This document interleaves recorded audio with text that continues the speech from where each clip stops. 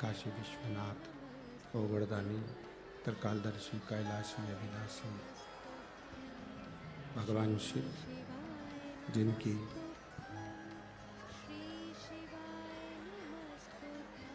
पुनीत पावन शिव महापुराण की कथा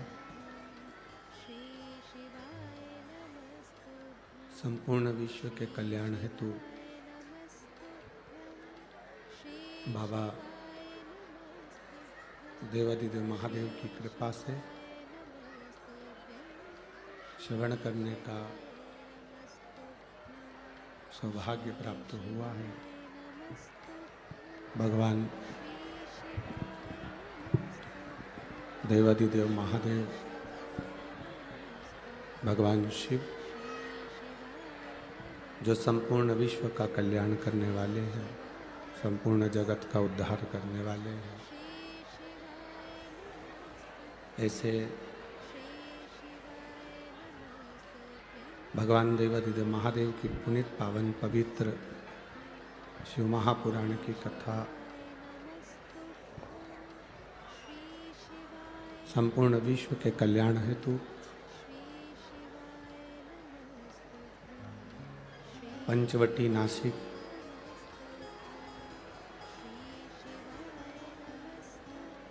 माँ गोदावरी का तट, कपालेश्वर महादेव, त्र्यंबकेश्वर महादेव की ये पवित्र भूमि, जो संपूर्ण विश्व का कल्याण करने वाली है, संपूर्ण जगत का उद्धार करने वाली है, ऐसी पवित्र धरा पर माँ गोदावरी के तट पर आप और हम पवित्र शिव महापुराण की कथा श्रवण करने का सौभाग्य प्राप्त हुआ है।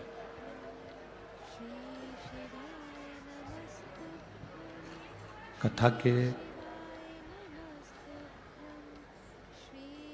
यजमानों में जिन्होंने अपनी प्राथमिकता रखी, श्री अजय जी बोरस्ते, श्री बंटी जी तिदमे, श्री राजू अन्ना लवटे, श्री रंजन ठाकरे, श्री लक्ष्मण साहू जी, श्री प्रशांत जाधव जी, श्री अंकुश पवार जी, श्री दिनेश, श्री नरेश गीते, श्री उदय सांगले, ये सभी यजमान परिवार का पद ग्रहण करे हैं, जिन्होंने दादा बाबू भूसे जी के साथ में मिलकर इस पवित्र शिव महापुराण की कथा का आयोजित किया। एक बार सभी यजमान परिवार के लिए जोरदार ताली बजाकर स्वागत, वंदन, अभिनंदन। भगवान देवादिदेव महादेव की कृपा, करुणा, उनकी उदारता, उनकी दया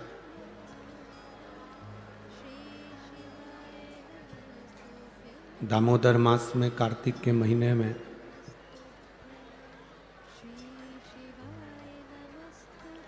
माँ गोदावरी के तट पर जो शिव महापुराण की कथा सुनने का मौका मिला है,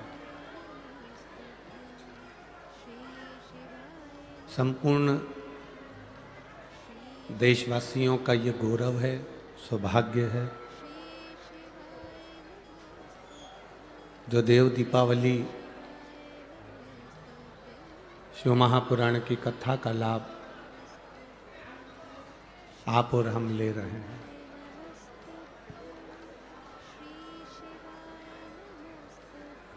कठिन में भी कठिन है मनुष्य का शरीर,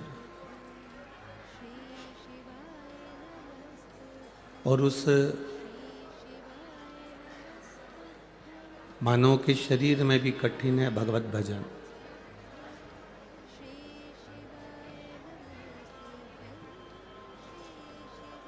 मान लो शरीर मिल भी गया, शरीर प्राप्त भी हो गया,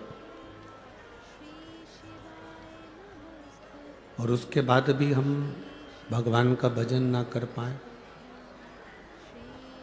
भगवान का स्मरण ना कर पाए, तो ये हमारा जीवन फिर व्यर्थ है।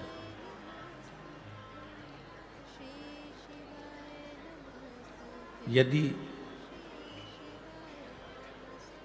शरीर मानव का मिला है और मिलने के बाद भी अगर हम भगवान की भक्ति में नहीं डूब पाए तो हमारा जीवन व्यर्थ है।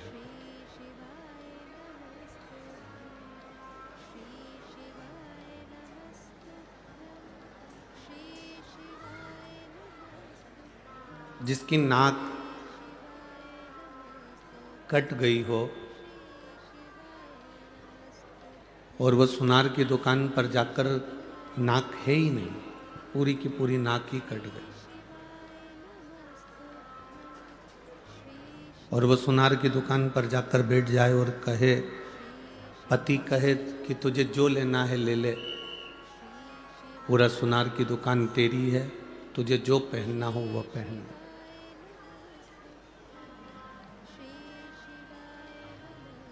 चाहे हार पहन लो,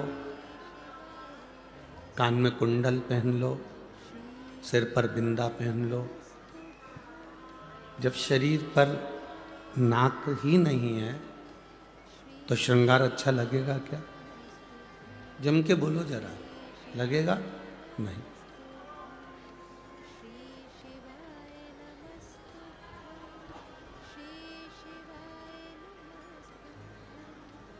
लोग कहते हैं इस पंचवटी में रावण की जो बहन थी शूर्पणखा, उसकी नाक काटी गई थी।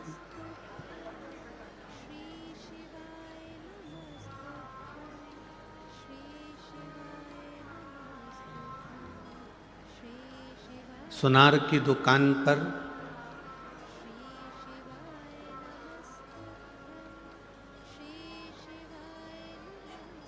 अगर नाक कटा हुआ व्यक्ति जाए तो जेवर की शोभा नहीं होती, उसमें श्रृंगार की कोई शोभा नहीं है, उसमें आभूषण की कोई शोभा नहीं।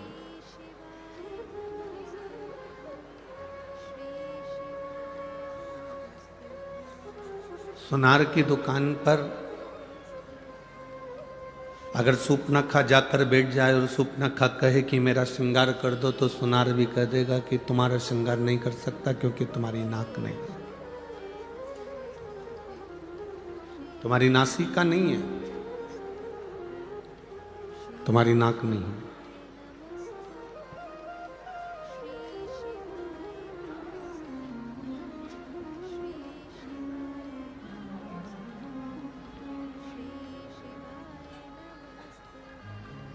नासिक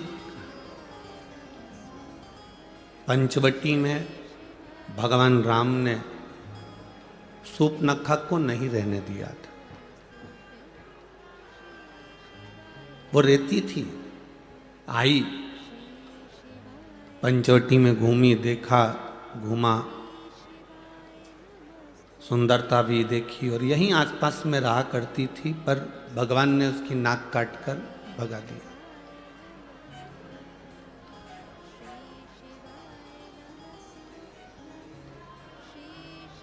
शूर्पणखा कौन?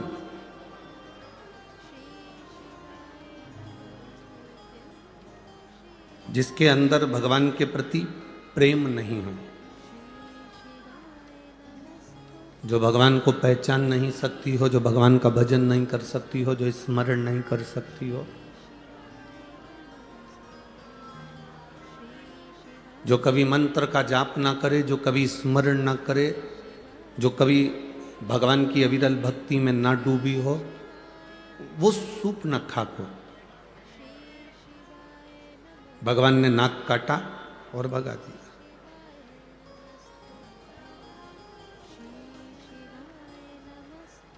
नाक काटी मतलब जब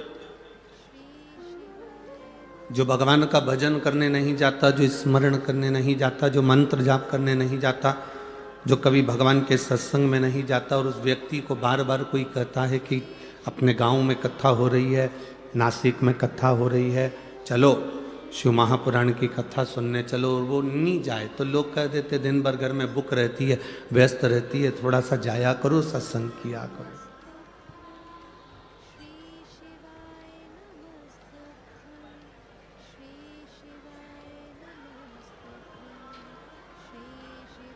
नाक कटे हुए व्यक्ति की सुनार की दुकान पर कोई काम नहीं है।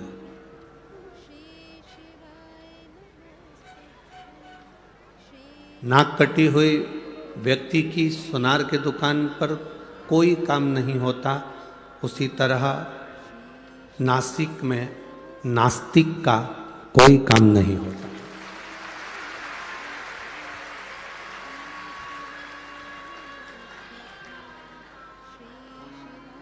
अगर गोदावरी के तट पर आप रह रहे हैं, नासिक की पवित्र भूमि पर आप रह रहे हैं, इस कपालेश्वर महादेव त्र्यंबकेश्वर बाबा की इस पवित्र भूमि पर, इस रज पर आप निवास कर रहे हैं, तो आपका भाव परमात्मा के प्रति होना चाहिए और वो भी शुद्ध होना चाहिए। उसमें दिखावे का कोई काम ना हो आपका, कोई भ्रमित होने का कार्य ना हो आपका। सोमनाथ जी में रहने वाले गुजरात के भाई इतने खुश होते हैं कि हम सोमनाथ जी की धरा पर रह रहे हैं। उज्जैनी में रहने वाले महाकालेश्वर के पास रहने वाले इतने प्रसन्न होते हैं कि हम उज्जैनी में रह रहे हैं। विश्वनाथ में रहने वाले, काशी में रहने वाले इतने प्रसन्न होते हैं कि हम विश्वनाथ की नगरी में रह रहे हैं। कृष्णेश्वर भीमाशंकर में रहने वाले इतने प्रसन्न होते हैं कि हम कृष्णेश्वर भीमाशंकर की नगरी में रह रहे हैं। नागेश्वर में रहने वाले नागेश्वर को देखकर प्रसन्न होते हैं, केदारेश्वर में रहने वाले केदारेश्वर को देखकर प्रसन्न होते हैं, रामेश्वर में रहने वाले रामेश्वर को देखकर प्रसन्न होते हैं, मल्लिकार्जुन में रहने वाले मल्लिकार्जुन को देखकर प्रसन्न होते हैं। पर 12 ज्योतिर्लिंग में जो प्रसन्नता है उससे 1000 ज्यादा गुना प्रसन्नता त्र्यंबक की भूमि में होना चाहिए, क्योंकि मैं ब्रह्मा विष्णु और महेश तीनों हूं। सारे 12 ज्योतिर्लिंग में केवल महेश भगवान शंकर विराजे हैं, पर केवल एक इस माँ गोदावरी का तट ऐसा है, ये भूमि ऐसी है नासिक की, जहां पर ब्रह्मा विष्णु और महेश तीनों एक साथ विराजे हैं। ये वो पवित्र,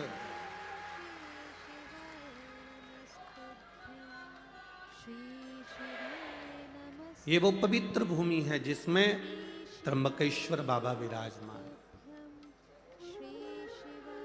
जिस भूमि का मात्र स्पर्श, दर्शन हमारे जीवन को सार्थकता देता। 12 ज्योतिर्लिंग का दर्शन करिए, सोमनाथ जाइए, मल्लिकार्जुन जाइए, केदारेश्वर जाइए, रामेश्वरम जाइए, उज्जैनी जाइए, विश्वनाथ जाइए, कृष्णेश्वर भीमाशंकर जाइए। 12 ज्योतिर्लिंग का दर्शन करोगे, प्राण छूटने के बाद में शिव धाम मिलता है, कैलाश मिलता है। माइक बंद करो।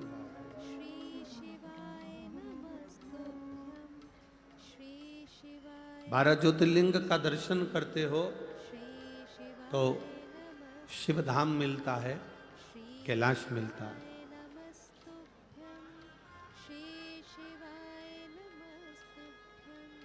पर 12 ज्योतिर्लिंग का दर्शन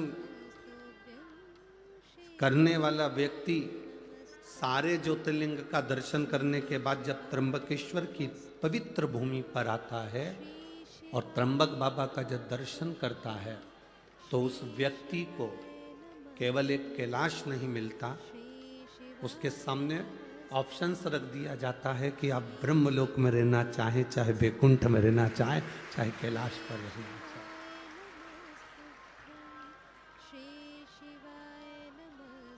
ये आपकी मर्जी है, ये आपके ऊपर निर्भर करता है कि आपको कहाँ रहना।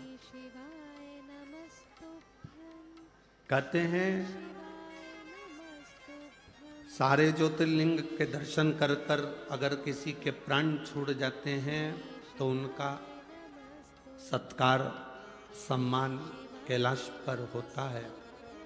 पर मान लो जो व्यक्ति 12 ज्योतिर्लिंग का दर्शन नहीं कर पाया और एक त्र्यंबकेश्वर की पवित्र भूमि पर आ गया और त्र्यंबक बाबा का दर्शन भूल से भी अगर उससे हो गया, तो जब उसके प्राण छूटते हैं तो ब्रह्मा और विष्णु उसके लिए फूल की पुष्प की रंगोली डालते हैं कैलाश धाम तक जाने के।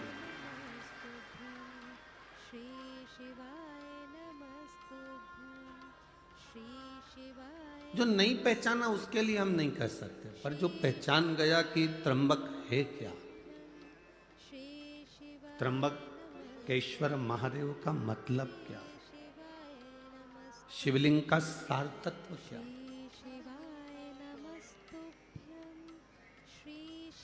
शंकर भगवान की अविरल भक्ति का फल क्या। जो नहीं जाना वो अनजाना, जो जान गया वो ज्ञान।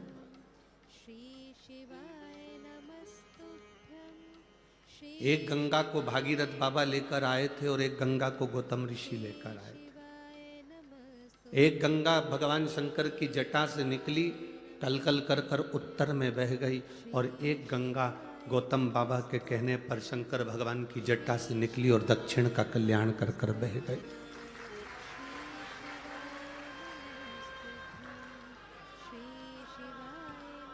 उस गंगा में और उस गंगा में कोई अंतर नहीं है, कोई भेद नहीं। वो गंगा भी भगवान शिव के मस्तक से निकली है और ये गंगा भी भगवान शंकर के मस्तक से निकली है।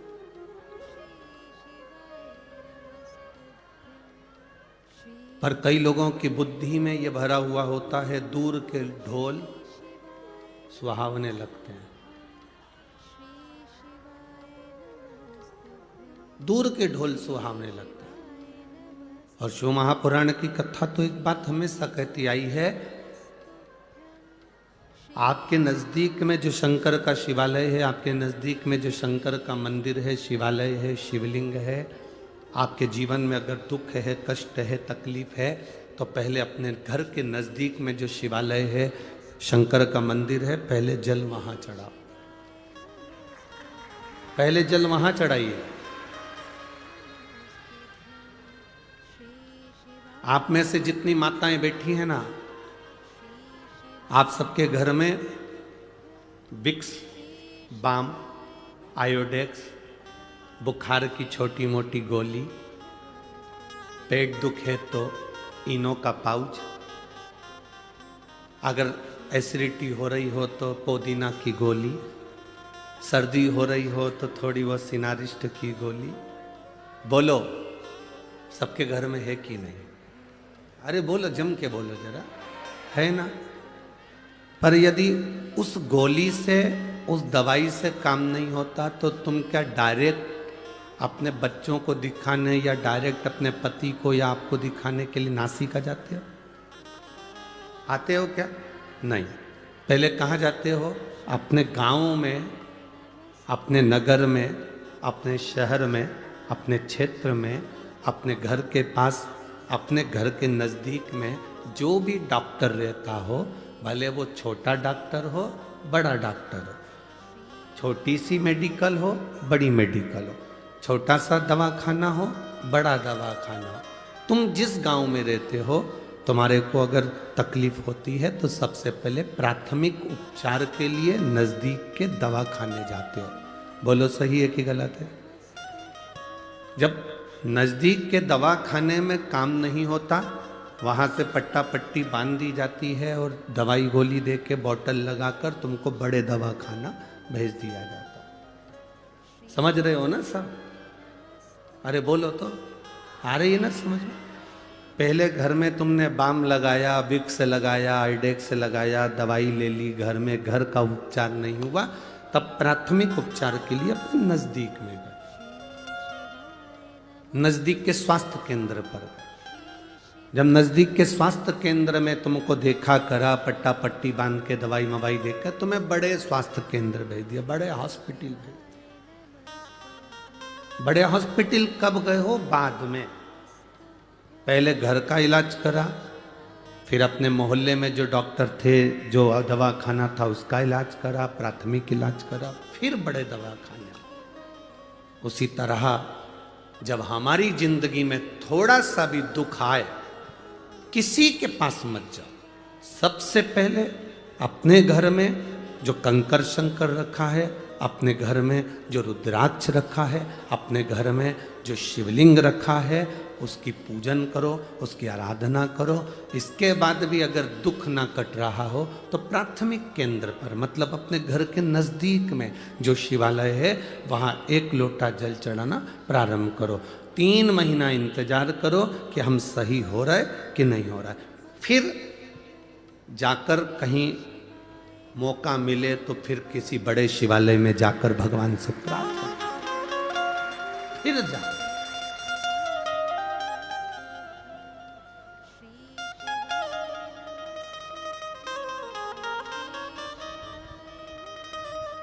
भ्रम में नहीं पड़ना। कोई तुमसे कह दे वहां चले जाओ, वहां से भभूति मिल रही है, वह भभूति तुम्हें ठीक कर देगी। कोई तुमसे कह दे वहां चले जाओ, वहां से नारियल मिल रहा है, नारियल तुम्हें ठीक कर देगा।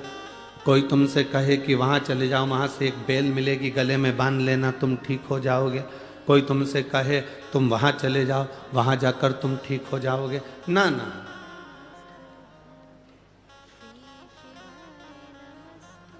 पहले अपने घर में जो शिवलिंग है, अपने पड़ोस में, अपने आसपास में जो शंकर का स्वरूप है, उसको भजो।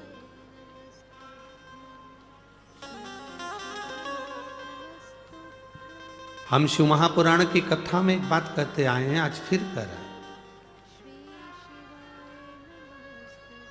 आपको भीड़ बढ़ाने जाने की जरूरत नहीं है। कथा करवाने वाले टेंट लगा लगा के कल भी बहुत टेंट लगाया, आज भी बढ़ाएंगे। टेंट लगा के परेशान हो जाते हैं आप लोग, इतनी संख्या में आ जाते हो कि टेंट वाला पहले ही हाथ ऊंचा कर देता है, अब हमारे पास बिल्कुल नहीं है, अब हमारे पास है ही नहीं। हमारा तो निवेदन है, पहले आप घर में टीवी पर जब कथा है आसन लगाकर सुनो, दिल से बाबा से प्रार्थना करो। जिस दिन बाबा आपकी झोली में खुशियां भर दे, उस दिन शिव महापुराण की कथा में जाकर बैठ जाओ। कथा का स्तर एक पत्र आया है,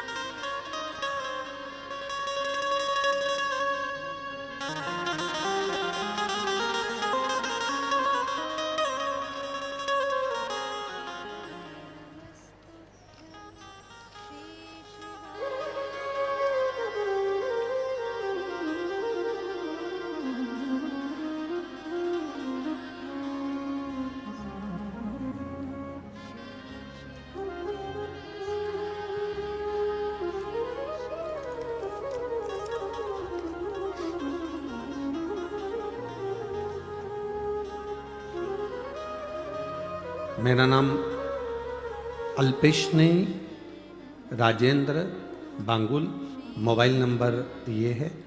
मैं वणी गांव से आई हूँ, जिला नासिक, तहसील विंडोरी। विंडोरी सही है? ठीक है। कहीं बैठी हैं? हाथ हिला सकती हैं। अल्पेशनी राजेंद्र बांगुल, मोबाइल नंबर ये है। वणी गांव से आई हूँ। कहीं बैठी हैं? हाथ हिला दो दीदी। ठीक है, दिख गए। एक बार वापस हाथ हिला दो। श्री शिवाय नमस्तुभ्यं। अब ठीक हैं आप? फिर से एक बार हाथ हिलाओ। ठीक हैं जी। मैं बाबा का क्या वर्णन करूं गुरुदेव। मैं पहले मंदिर नहीं जाती थी, मैं भगवान को बिल्कुल नहीं मानती थी। 2023 में मेरे बेटे को अचानक कान में पीछे दोनों साइड में गठान हो गई। उस गठान का जब इलाज करवाने के लिए हॉस्पिटल गए तो जांचों में मालूम पड़ा कि इसको बड़ी बीमारी के चांस बनने लगे। इसका ऑपरेशन जरूरी है। ऑपरेशन होने के बाद ये गांठ वापिस जांच के लिए जाएगी। तब हम घबरा गए। हम भगवान के मंदिर नहीं जाते थे, हम भगवान को नहीं मानते थे। जैसे आज के लोग भटक गए थे वैसे हम भी भटक गए थे। पर हमारी पड़ोसन ने हमसे कहा, पड़ोसन जी ने जो कहा कि शिव मंदिर में जाकर जल चढ़ाकर बच्चे को नंदी के पास बिठाकर कुंदकेश्वर महादेव के नाम से वो जल पिलाओ और उसकी गांठों पर लगाना प्रारंभ करो। चिंता मत करो, रो मती, कोई बड़ी बीमारी नहीं होगी और ऑपरेशन की भी जरूरत नहीं होगी। हम जांच करा कर आ गए, ऑपरेशन की तारीख निकल गई। पशुपतिनाथ का व्रत मैंने जिंदगी में पहली बार करा और भगवान के मंदिर में पहली बार पांव रखा। इतनी बड़ी जिंदगी में पहली बार जब मंदिर गई, बाबा को केवल इतना कहा, बाबा की कानों में 3 गठाने हैं, पर आप संभालेंगे तो सब हो सकता है। मेरी पड़ोसन सीवर वाले महाराज की कथा सुनती है और वो सीवर वाला महाराज कहता है सारी समस्या का हल 1 लोटा जल है, आप संभालिएगा बाबा। मेरे बेटे को नंदी के पास बिठाती, शिवजी पर जल चढ़वा कर बिठाकर उसको पानी पिलाती, कुंदकेश्वर महादेव का नाम लेती, गांठों पर लगाती। दूसरी बार जांच कराने के लिए हम जब वापिस पहुंचे तो बाबा की कृपा से 3 गांठें गल चुकी थी और डॉक्टर ने कहा कोई बड़ी बीमारी नहीं, शिव तत्व है। दोनों हाथ हिला तो बहने के बाद हर हर महादेव। बैठी है, बाबा की कृपा, बैठी। शिव तत्व इसी को कहा। अगर हमारा भरोसा प्रबल नहीं हुआ, हमारा विश्वास प्रबल नहीं हुआ। ये पत्र में उन्होंने एक लाइन बड़ी अच्छी लिखी है, हम तो बाबा के भरोसे चलते हैं, डमरू वाले के भरोसे चलते हैं। नीचे लाइन लिखी है, आप कहते हो ना कि टीवी के सामने बैठकर मांगा जाता है, मैंने जो मांगा मेरे बाबा ने वो मुझे दिया है। जो मांगा, आज पहली बार मैं कथा पंडाल में आई हूं और बाबा को धन्यवाद देने के लिए आई। शिव तत्व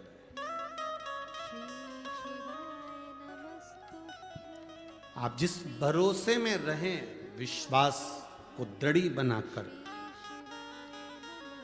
आप भगवान शंकर के मंदिर जाएं, अपने नजदीक में जाएं, कहीं भटकना नहीं। कोई कहे कि वहां ये चमत्कार हो रहा है, वहां चल चलो, वहां पर ये हो रहा है, वहां चल चलो, वहां ये हो रहा है, वहां चल चलो।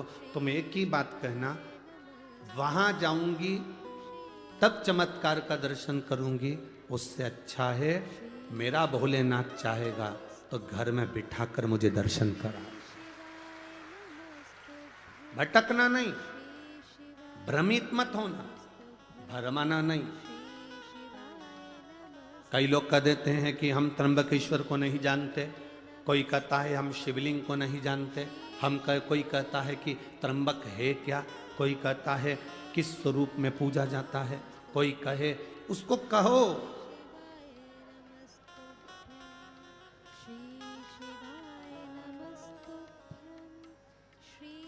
जो माता का दूध पीकर पैदा होता है,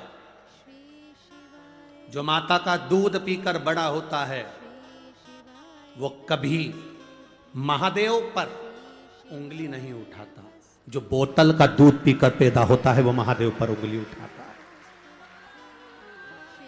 सनातन धर्म पर, इस राष्ट्र पर उंगली उठाने वाला वही व्यक्ति होता है जो थैली का और डब्बे का और बोतल का दूध पीकर बड़ा होता है। जो मां का दूध पिया होता है वो कभी उंगली नहीं उठाता। भारत की एक एक माता संस्कार की जननी है। जो अनसुईया मैया ब्रह्मा विष्णु महेश को बच्चा बना देती है, जो मां जानकी लंका की उस रावण की उस अशोक वाटिका में बैठकर भी एक घास के तिनके को हाथ में तोड़कर अपनी रक्षा कर लेती है।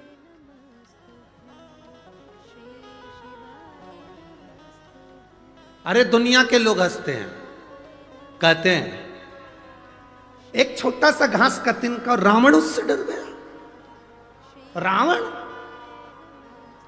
छोटा सा घास का तिनका। जब रावण आता था तो सीता उस रावण के सामने वो घास का तिनका हाथ में रखकर बैठ जाती थी, और रावण उस घास के तिनके से डरता था। घास के तिनके से रावण डरता था। ऐसा क्या था घास के तिनके में? घास के तिनके में ऐसा क्या था? सीता मैया पृथ्वी से जन्म लिए, मां जानकी भूमि से पैदा हुई है, और घास भी, जम के बोलो, जम के बोलो जरा, भूमि से पैदा हुआ है। तो घास सीता जी का कौन हुआ? जम के बोलो जरा भाई। एक नारी अपने पति के साथ जाती है तो भी उसको भय लग सकता है, पर एक नारी जब अपने भाई के साथ जाती है तो कोई भय नहीं लगता। नारी को भय पति के साथ भी हो सकता है, उसके मित्रों के साथ भी हो सकता है, देवर जेठ के साथ भी हो सकता है, सास ससुर के साथ भी हो सकता है, पर नारी को, स्त्री को भय अपने भाई के साथ कभी नहीं हो सकता, अपने भाई के साथ नहीं हो सकता। इसलिए सीता जी घास के तिनके को तोड़कर अपने पास में रख लेती थी, और सीता जी को यह ज्ञान था कि मैं भूमि से हुई हूं, ये भूमि से घास हुआ है, ये मेरा भाई है, और जब तक मेरा भाई मेरे साथ में है तब तक रावण निगाह उठाकर नहीं देख सकता। ये मेरा भाई मेरे साथ में है, रावण की इतनी सामर्थ्यता नहीं कि मुझे निगाह उठाकर देख ले, क्योंकि मेरा भाई है।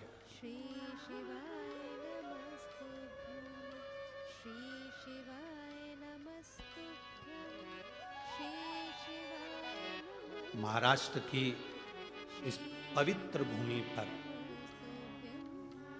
महाराष्ट्र की इस पवित्र धरा पर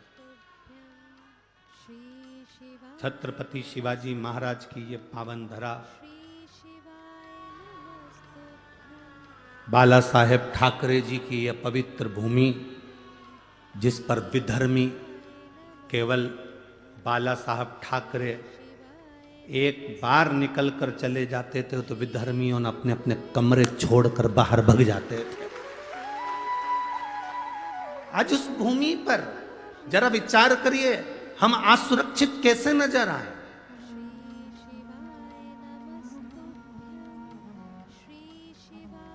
राम जी अयोध्या से चले, अवध से चलते चलते चलते चलते राम जी ने कभी पूरी पूरी जगह तक जाकर देख लो, कहीं पर किसी की ना तो नाक काटी, ना हाथ काटा, ना मुंडा काटा।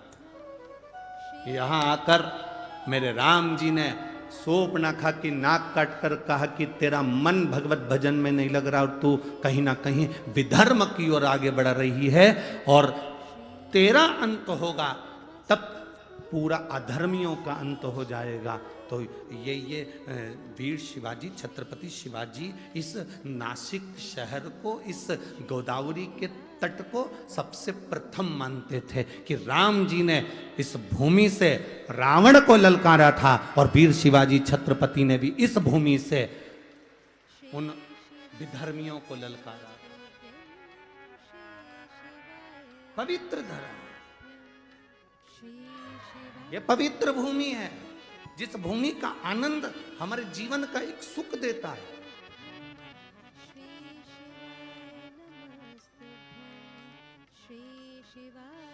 दुनिया के लोग कहते हैं तुमसे कि अगरबत्ती मत लगाओ, मंदिर में बांस होगा। दुनिया के लोग बाद में कहेंगे कि दिया मत लगाओ, दिक्कत होगी। कितनी विचित्रता है, कितनी विडंबना है, हम कितना भटक रहे हैं। भगवान की भक्ति से हम दूर होते चले जा रहे हैं। आज का व्यक्ति मेहनत करना नहीं चाहता, और शिव महापुराण की कथा कहती है कर्म प्रधान है। शिव पुराण की कथा कहती है कर्म पूरा करो। इस व्यासपीठ पर बैठकर आज तक हमने ये बात नहीं कही होगी आपसे कि आप हमारे पास में आके बैठना, हम तुमको कहीं से गड़ा हुआ धन निकाल कर दे देंगे, या आप हमारे पास आना हम तुमको रोग मुक्त कर देंगे, हमारे पास आना तुम्हारा दुख मिट जाएगा। ये कभी आज तक नहीं कहा इस व्यासपीठ से, क्योंकि हमको अगर दुख आता है तो हम भी महादेव की शरण जाते हैं। आपको भी दुख आए तो महादेव की शरण जाए। राम जी की जिंदगी में दुख आया, वो महादेव की शरण में गए। भगवान कृष्ण की जिंदगी में दुख आया तो महादेव की शरण में गए। 16,108 रानियां भगवान कृष्ण की थी और एक भी संतान नहीं थी। तब गर्गाचार्य बाबा से कहकर शिवलिंग का पूजन करा, एक एक रानी के साथ 11-11 दिन तक 1 लाख से ज्यादा भगवान कृष्ण के घर में संतान की प्राप्ति हुई शिव की कृपा से। ऐसा कोई बता दो देव हो, ऐसा कोई असुर का नाम ले लो जो शंकर की आराधना ना करा। रावण शिव की आराधना करते थे, कंस शिव की आराधना करते थे, महिषासुर शिव की आराधना करता था, तारकासुर शिव की आराधना करता था, जटासुर शिव की आराधना करता था। ऐसा कोई असुर बताओ जो शंकर की आराधना ना कराओ। ऐसा कोई देवता बताओ जिसने शिव की आराधना ना करी हो।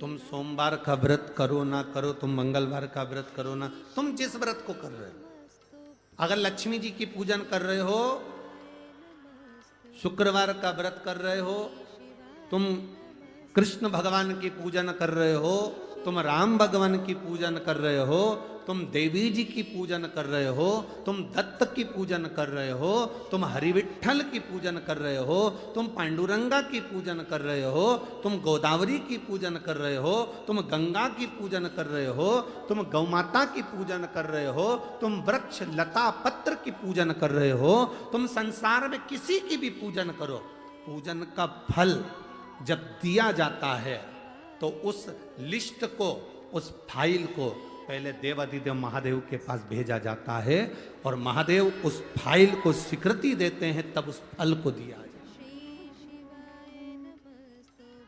है। ऐसा कोई फल नहीं जो भगवान शंकर के बिना आपको मिल जाए। शिव के बिना कोई फल नहीं मिलता, शंकर के बिना फल की प्राप्ति नहीं होती।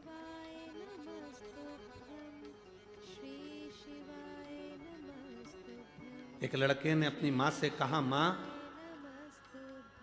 तू कह रही थी कि पंडाल में बैठकर कथा सुन लो तो उससे फल प्राप्ति होती है, तो माँ ने अपने बेटे से कहा मेहनत भी करना पड़ेगी। सियोर वाला महाराज कहता है अपना कर्म पूरा करना पड़ेगा। एक बेटा लिखा,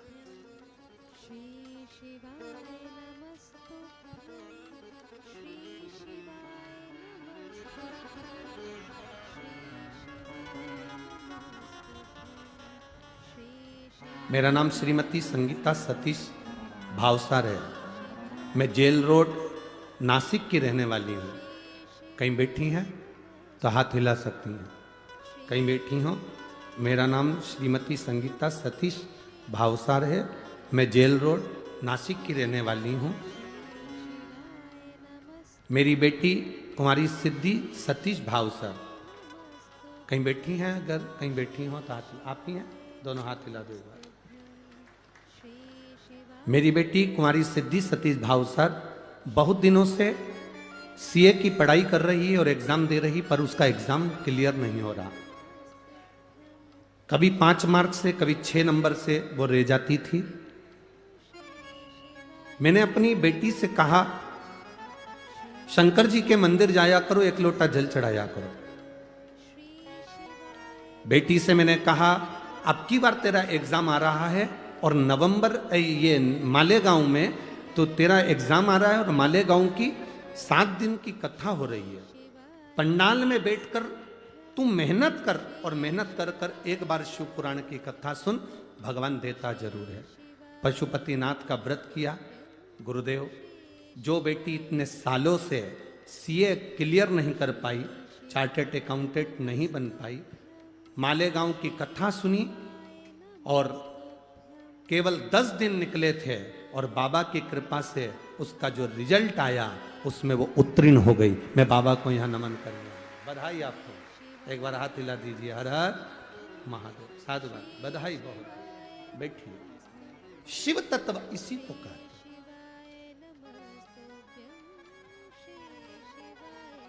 अपनी मेहनत पूर्ण करो, अपने कर्म के प्रति जागरूक रहो। कोई तुमसे कह दे मेरे पास आ जाओ मैं गड़ा हुआ धन दे दूंगा, कोई तुमसे कहे मेरे पास आ जाओ मैं तुम्हें ये दे दूंगा, कोई कहे ऐसा कर दूंगा कि तुम्हारी जिंदगी में दुख नहीं आएगा, तो विश्वास मत करना कि जिंदगी में दुख नहीं आएगा। पृथ्वी पर आने के बाद तो राम जी के भी जीवन में दुख आया, पृथ्वी पर आने के बाद तो भगवान कृष्ण की जिंदगी में भी दुख आया। पृथ्वी पर आने के बाद जो जन्म लिया उसकी जिंदगी में दुख जरूर आया है। तो ऐसा संसार में कोई नहीं जन्मा जिसको दुख नहीं आएगा। पर इतना जरूर है, राम जी ने शंकर को भजा, दुख कटा। भगवान कृष्ण ने शिव को भजा, दुख कटा। उसी तरह आप और हम भी अगर शंकर को भजेंगे तो दुख जरूर कटेगा, ये निश्चित है, ये पक्का है। दुख कटने का साधन है शिव, दुख कटने का साधन है भगवान शंकर की अविरल भक्ति। ओ भोला सब दुख काटो। जब आप और हम 5 बार श्री शिवाय नमस्तुभ्यम कहकर जब स्तुति गाते हैं तो उसमें कहते हैं, हम ये नहीं कहते कि आपका दुख कौन सा है, आप तो जो दुख है हम हमारे बाबा से प्रार्थना करते हैं, भोला सब दुख काटो। इस स्तुति को करने के लिए जितने लोग आस्था चैनल पर कथा सुनते हैं, जितने लोग टीवी पर कथा सुनते हैं, जितने लोग मोबाइल पर कथा सुनते हैं, जितने पंडाल में कथा सुनते हैं, बाबा से यही मंत्र का जाप करने के लिए और स्तुति करने के लिए आते हैं कि बाबा मेरे जीवन का जो दुख है वो कटे, वो कटे।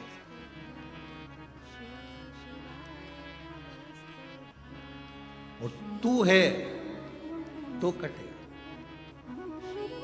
कोई असुर, कोई गंधर्व, कोई देवता,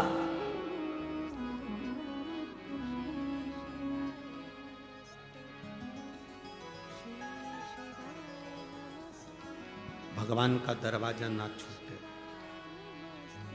मां, महात्मा और परमात्मा, कौन कौन? बोलो, जम के बोलो। मां, महात्मा, तीसरे नंबर पर परमात्मा। एक बार फिर से बोलो, 3 कौन? मां, महात्मा और परमात्मा। इन 3 को पकड़ कर रखोगे तो जिंदगी में कभी पीछे मुड़कर देखना नहीं पड़ेगा, आगे बढ़ते चले जाओ। जो अपनी माँ का आदर करना छोड़ देता है, अपनी माँ का सम्मान करना छोड़ देता है, अपनी माँ का हाथ पकड़ना छोड़ देता है, अपनी माँ का चरण पकड़ना छोड़ देता है, वो बहुत लंबा नहीं चल पाता। माँ, महात्मा और परमात्मा। दूसरे नंबर पर है महात्मा, संत, साधु, गुरुजन। संत, साधु, गुरुजन किसको कहा? कोई कपड़े पहन लिया, जटा बढ़ा ली, खूब तिलक छापा कर लिया, खूब सारी माला पहन ली, तो उससे कोई संत या साधु नहीं बन जाता। संत साधु का सबसे बड़ा लक्षण है,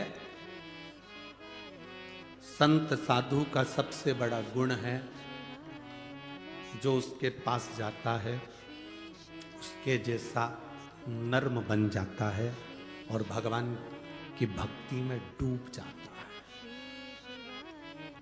संत साधु के पास गए और प्रॉपर्टी की बात कर रहे हो, संत साधु के पास गए और जमीन जायदाद की बात कर रहे हो, संत साधु के पास गए और तुम अन्य अन्य बातों को कर रहे हो, तो उसमें सुख का अनुभव नहीं है।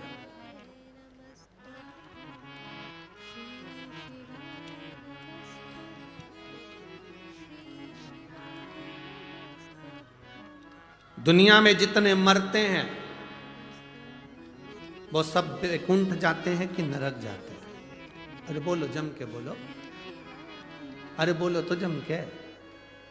कोई तुम्हारा पैसा खाकर मर गया, कोई तुम्हारा 5-10 लाख रुपए प्लाट का लेके मर गया, कोई तुम्हारी जमीन का टुकड़ा लेकर मर गया, कोई तुम्हें दुख देकर मर गया, तो वो वैकुंठ जाएगा कि नरक जाएगा? हैं? नरक जाएगा, ये तुम कह रहे हो। पर उसके मरने के बाद उसके परिवार वाले जब वो पत्रिका छपवाते हैं, कार्ड, उस कार्ड में उसका जो नाम लिखा रहता है उसमें तो लिखा रहता है स्वर्गवासी। उस कार्ड में कहीं लिखा है नरकवासी।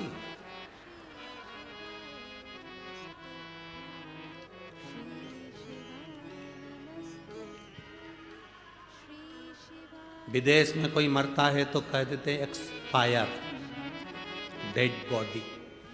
पर हमारे यहाँ तो कितना भी पापी से पापी भी मर जाए तो भी उसके नाम के आगे लिखा रहता है स्वर्गवासी। क्यों? क्योंकि वो भारत की भूमि पर जन्मा है, और भारत की भूमि पर जो जन्म लेता है वो नरक कभी नहीं जाता। अच्छा चलो जाने दो, तुम्हें सियोर वाले महाराज की बात पे भरोसा नहीं हो तो एक एक पुराण उठाकर बता दो। हिरण्यकशिपु मरा, प्रहलाद का पिता मरे तो नरक गए कि स्वर्ग गए? बोलो बोलो जल्दी के। रावण मरा तो वैकुंठ गया कि नरक गया? चलो वो भी जाने दो। जिस हिरण को बाण मारा था वो वैकुंठ गया कि नरक गया? भगवान कृष्ण ने कंस को मारा था, वो वैकुंठ गया कि नरक गया? एक एक पुराण को उठाकर देखना। हिरण्यकशिपु मरा, परम धाम गया, लिखा शास्त्रों में। रावण मरा, परम धाम गया। कंस मरा, परम धाम गया। तारकासुर मरा, परम धाम गया। क्योंकि भगवान का जो हाथ का स्पर्श कर कर जाता है, भगवान का नाम लेकर जाता है, उसका दर्शन कर कर जाता है, भारत की भूमि की रज का स्पर्श कर कर जाता है, वो कभी नरक नहीं जाता, वो वैकुंठ ही जाता है।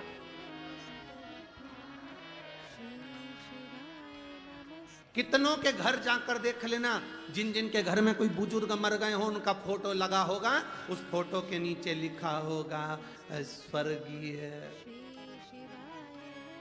अब उसके नाम के आगे कभी नहीं लिखा नरकीय, उसमें लिखा स्वर्गीय।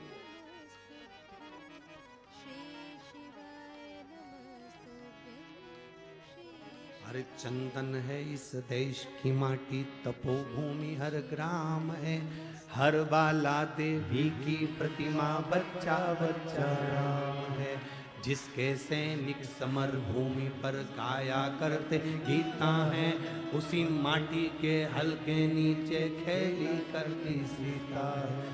चंदन है इस देश की माटी, तपोभूमि हर ग्राम है, हर बाला देवी की प्रतिमा, बच्चा बच्चा राम। ये भूमि ही कुछ ऐसी है, ये धरा ही कुछ ऐसी है, इतनी पवित्र है ये भूमि, जिसको समझने वाला समझ सकता है। आज के जमाने में बड़े बड़ी गादियों पर लोग बैठ जाते हैं, बड़ी बड़ी पीठ पर लोग बैठ जाते हैं और भेद करते रहते हैं। वो ज्योतिर्लिंग बड़ा है, वो ज्योतिर्लिंग छोटा है, वो शंकर बड़ा है, वो शंकर छोटा है, ये महाराज बड़ा है, वो महाराज छोटा है। 12 ज्योतिर्लिंग में कभी ये मत कहना कि वो ज्योतिर्लिंग बड़ा कि वो ज्योतिर्लिंग बड़ा। दिए की ज्योति बराबर का प्रकाश देती है, 12 ज्योतिर्लिंग एक बराबर का फल देते हैं।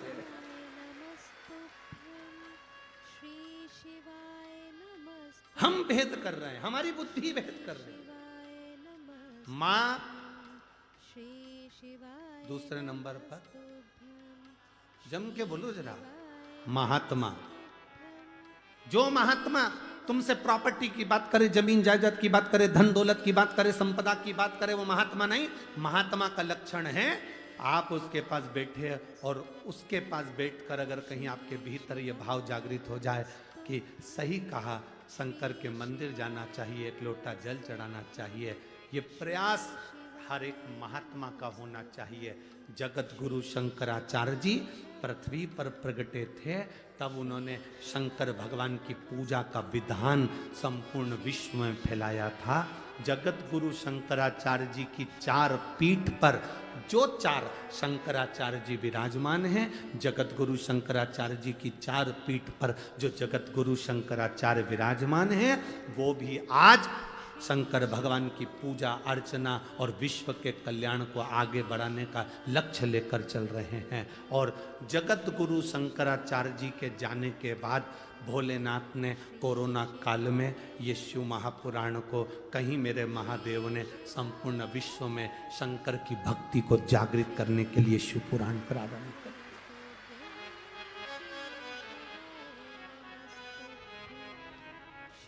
हमको इतनी प्रसन्नता हुई, किसी ने एक पत्र लाकर दिया।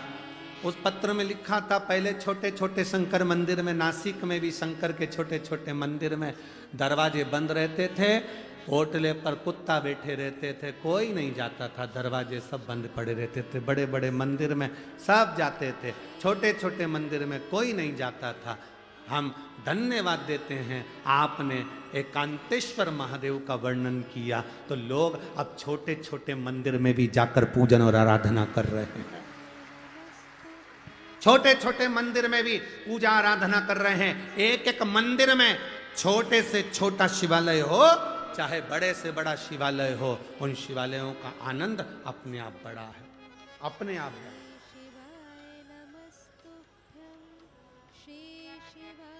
शिव भक्ति की जागरूकता है।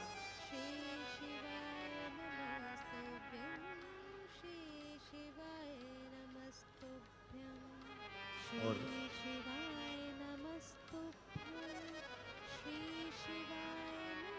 अपने देश को,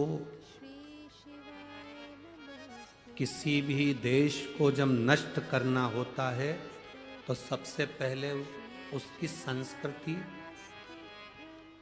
को नष्ट किया जाता है।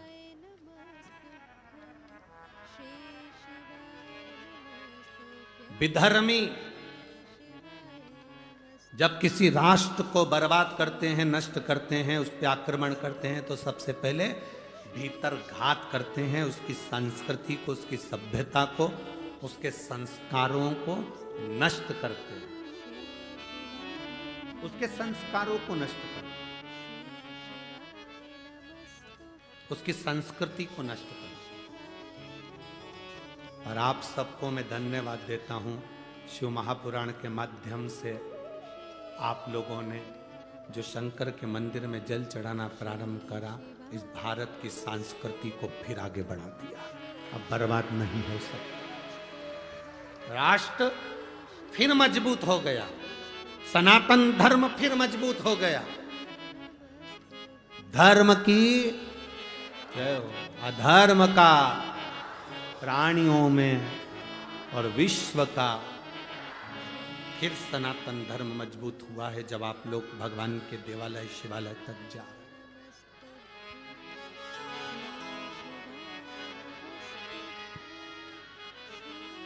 दुनिया में जितनी कथाएं होती हैं उसमें बूढ़ी बूढ़ी माताएं ज्यादा जाती हैं, पर शिव महापुराण की कथा केवल एक ऐसी है जिसमें बूढ़ी माताएं तो कम मिलती हैं, पर युवान माताएं, युवान भाई, युवान बहनें ज्यादा रहते हैं।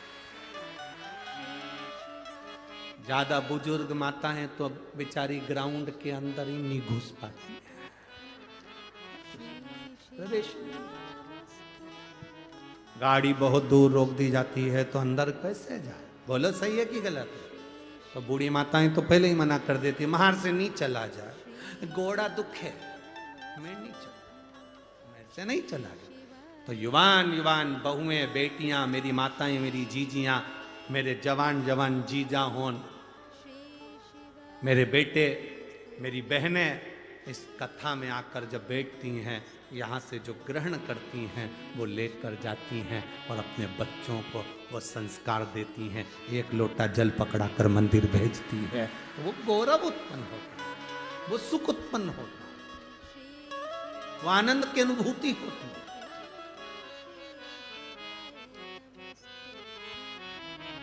अपने संस्कार, अपनी संस्कृति का सुख हो। मां, महात्मा और परमात्मा, इन तीन को कभी मत छोड़ो। परमात्मा का दरवाजा, दुनिया के लोग कहें, कोई तुमसे कह दे भगवान शंकर को जल चढ़ाने से क्या मिलता है, आप कुछ मत बोलना, यहाँ से हमारे पास से ये पत्र ले जा कर दे देना। इस सारे पत्रों में और कुछ नीचे रखे हैं, जो तुमसे कहें कि शंकर जी को जल चढ़ाने से, बेलपत्र खाने से, बेलपत्र चढ़ाने से, समी पत्र चढ़ाने से, शंकर भगवान को शहद चढ़ाने से, शंकर भगवान का अनुमोदन करने से, श्री शिवाय नमस्तुभ्यं बोलने से क्या मिलता है, उनको ये पत्र ले जाकर देना, जिसमें उनका मोबाइल नंबर भी है, एड्रेस भी है। वो आपको बताएंगे कि शंकर की भक्ति से मिलता क्या है, शंकर से क्या प्राप्त किया जा सकता है। ब्रह्मा ब्रह्मलोक में रहते हैं, भगवान विष्णु वैकुंठ लोक में रहते हैं, पर मेरा महादेव इसी मृत्यु लोक में कैलाश पर, पृथ्वी पर रहता है। इसी कैलाश पर, पृथ्वी पर रहता, मृत्यु लोक। आप पुकारोगे वो तुरंत आएगा। जिस दिन आप समझ गए, उस दिन जिंदगी का सुख आपके भीतर होगा। जिस गोदावरी के तट पर आप कथा सुन रहे हैं, जिस माता गोदावरी के तट पर सप्तशृंगी माता के इस पावन सानिध्य में, त्र्यंबकेश्वर बाबा के इस पावन सानिध्य में, कपालेश्वर महादेव के इस पावन सानिध्य में, कालेराम जी के इस पावन सानिध्य में शिव महापुराण की कथा सुन रहे हो, इस पवित्र भूमि पर बैठकर अगर आप कथा का रसतत्व ग्रहण कर रहे हो, तो ये विश्वास मानकर चलना, ये भूमि ने अगर असुरों को दिया, राक्षसों को दिया, तो देवताओं को भी दिया।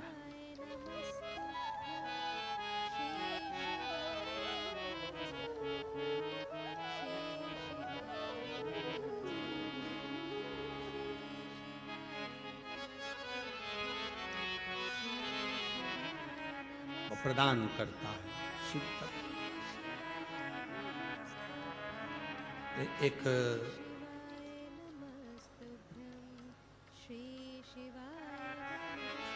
केवल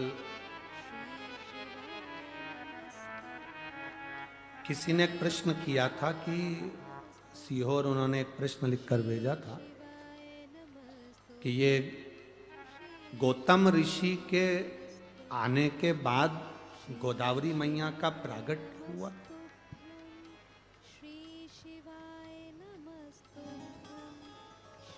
गौतम ऋषि के आने के बाद गोदावरी मैया का प्रागट्य हुआ है। जिसने प्रश्न किया वो अच्छे से एक बार स्कंद पुराण पढ़ना, ब्रह्म वैवर्त पुराण पढ़ना, अच्छे से लिंग पुराण का स्मरण करना। आपको ज्ञात होगा स्कंद पुराण के अंदर कि ये गोदावरी केवल गौतम बाबा के बाद की नहीं, ये गोदावरी तो गंगा है, और गंगा केवल गौतम ऋषि के सम्मुख में तो इस गंगा का नामकरण हुआ है, बाकी के गंगा तो महादेव के अविरल, इस गोदावरी तो बहती रही है। गोदावरी तो बहती रही है। क्या गौतम बाबा ने इस गंगा को बुलाया? गंगा का नामकरण गौतम बाबा ने करा। ये तो अविरल गंगा है गोदावरी, एक युग में नहीं, कई युगों से बहती आ रही है, कई युगों से।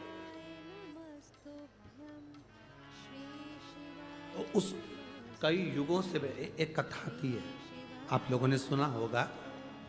महिषासुर एक असुर था, सुनिए कथा, जम के बोलो जरा, सुनिए ना। महिषासुर की किसने मारा था उसको?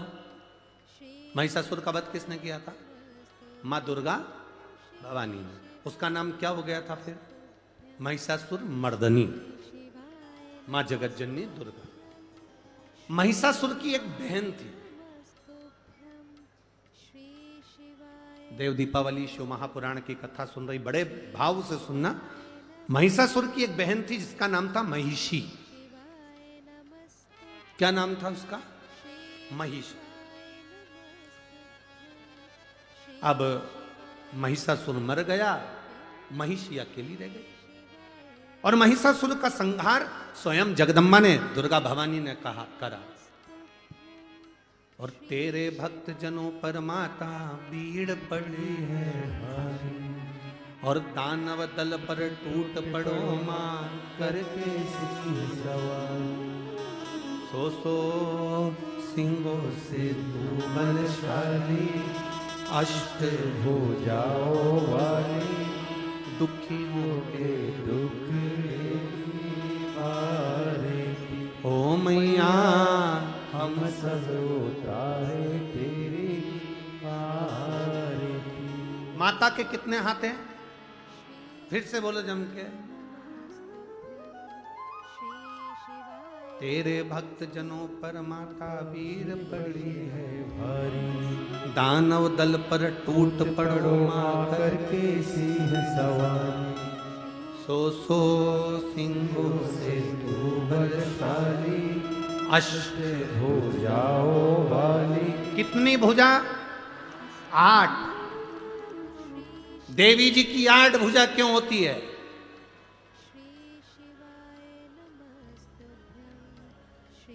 भगवान शंकर की 4 भुजा, भगवान नारायण की 4 भुजा, द्वारकाधीश की 4 भुजा, तिरुपति बालाजी की 4 भुजा,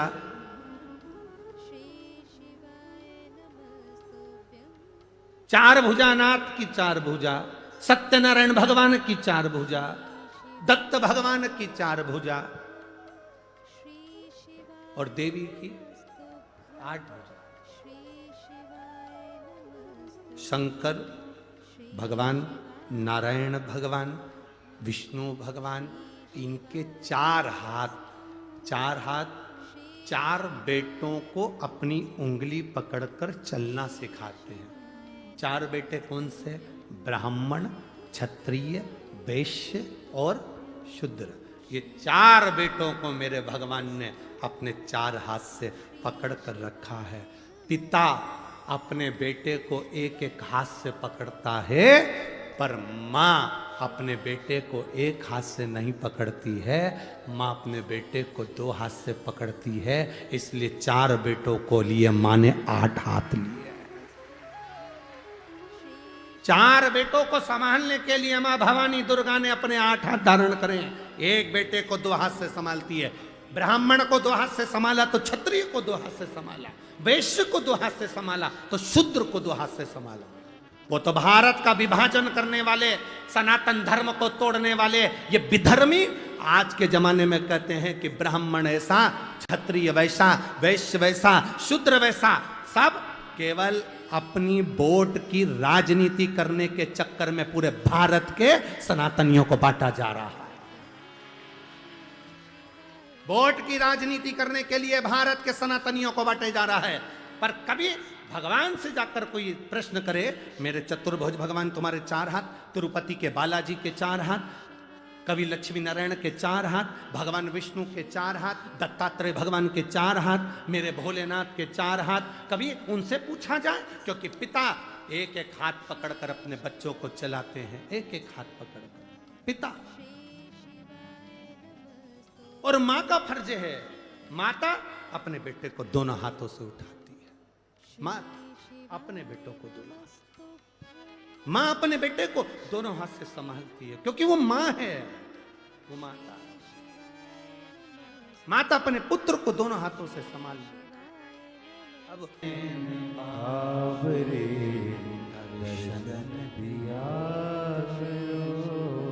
जब इस पंचवटी में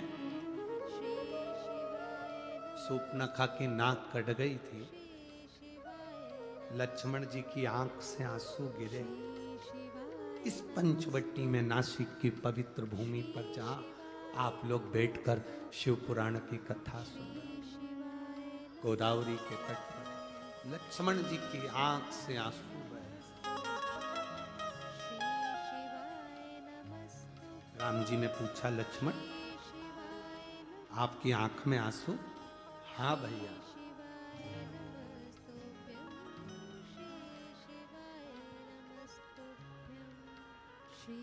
क्यों? किस लिए? कहा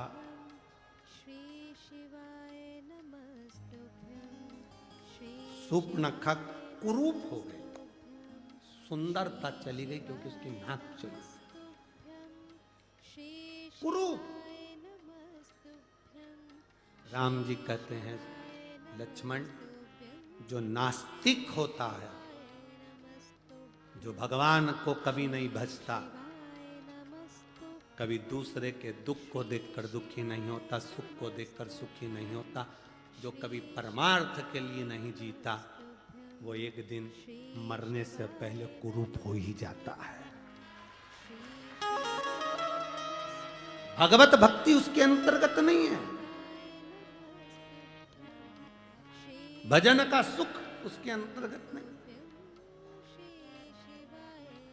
जैसे महिषासुर मरा, महिषासुर की एक बहन थी महिषी, महिषी उसको मालूम पड़ा मेरा भाई मर गया। अकेली महिषी ने विचार करा मैं जाऊं तो जाऊं कहां।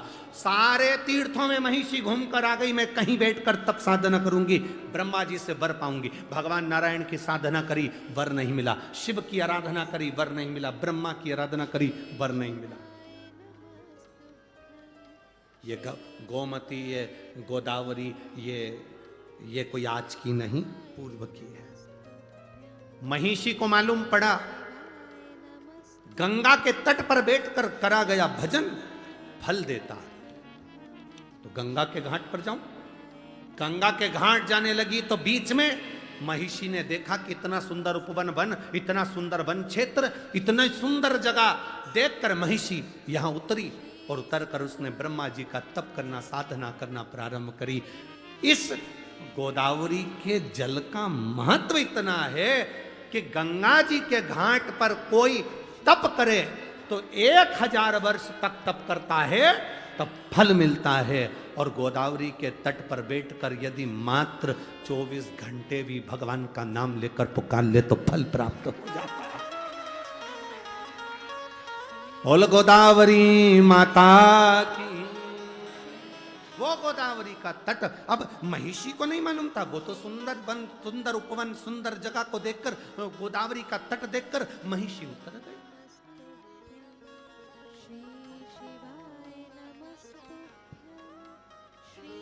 महिषी उतरी,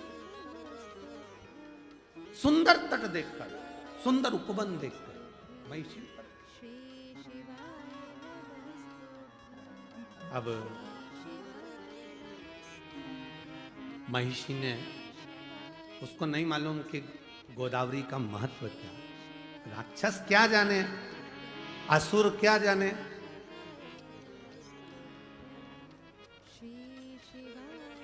गंगा जी के घाट पर 2 तरह के लोग स्नान करने जाते हैं। एक वो स्नान करने गए तो अपने पूर्वजों को पार लगाते हैं, और दूसरे वो स्नान करने के लिए जो जाते हैं उनका सामान चोरने के लिए आते हैं। बोलो सही है कि गलत है? जैसे ही तुमने कपड़े उतार कर सामान रख कर गंगा में लगाई डुबकी, तुम बोले हर हर गंगे, और उन्होंने कर दो तुम्हें नंगे, ले गए। अब तुम जाके थाने में रिपोर्ट कर रहे, देखो हम ना गोदावरी नहाने आए थे, हम तो गंगा जी नहाने आए थे, हमारा सामान कोई ले गया, मोबाइल ले गया, पर्स ले गया। अब जो गंगा ईमानदारी से नहाने आए थे, 2 तरह के लोग, एक गंगा नहाने आते हैं, एक चुराने आते हैं। नहाने वाला जब गंगा नहा रहा होता है तो देवता भी उसकी 71 पीढ़ी पर फूल बरसाते हैं कि तेरे परिवार वाले ने गंगा नहाकर तुझे पार लगा दिया। और जो गंगा के घाट पर चोरी कर रहा होता है उसकी भी 71 पीढ़ी को यमराज भैंसे की पूंछ से बांध कर रगड़ता है। देख, तेरे खानदान का व्यक्ति को चोरी करने के लिए दूसरी जगह नहीं मिली, गंगा के घाट पर चोरी कर रहा है, उसके बराबर पापी कौन? अरे ओ चोटों, दुनिया में सब जगह चोरी करो, पर जो तीर्थ हैं भारत की भूमि के, उसमें जाकर कभी चोरी मत करो, तुम्हारी 71 पीढ़ी भी तड़पती है, तुम्हारी 71 पीढ़ी भी तड़पती है। कि कहाँ गंगा के घाट पर चोरी करने के लिए गया, कहीं दूसरी जगह नहीं मिली थी। 71 पीढ़ी को भोगना पड़ता है।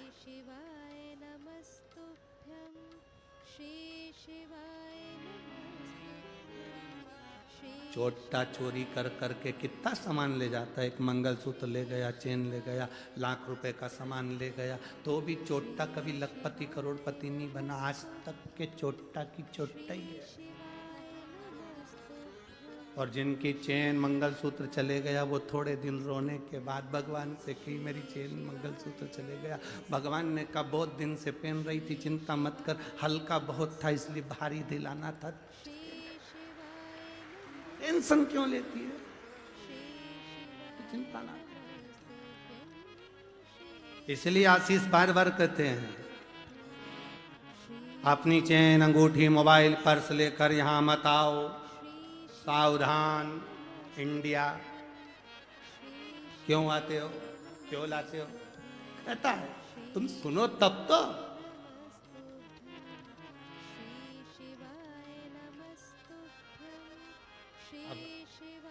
महिषी ने सोचा कि मैं कहां जाऊं, उतर गई इस सुंदर उपवन में, सुंदर पंचवटी में उतर गई। गोदावरी के तट पर उतरी। उसको नहीं मालूम कि माँ गोदावरी की कृपा कितनी है, माँ गोदावरी का करुणा कितनी है।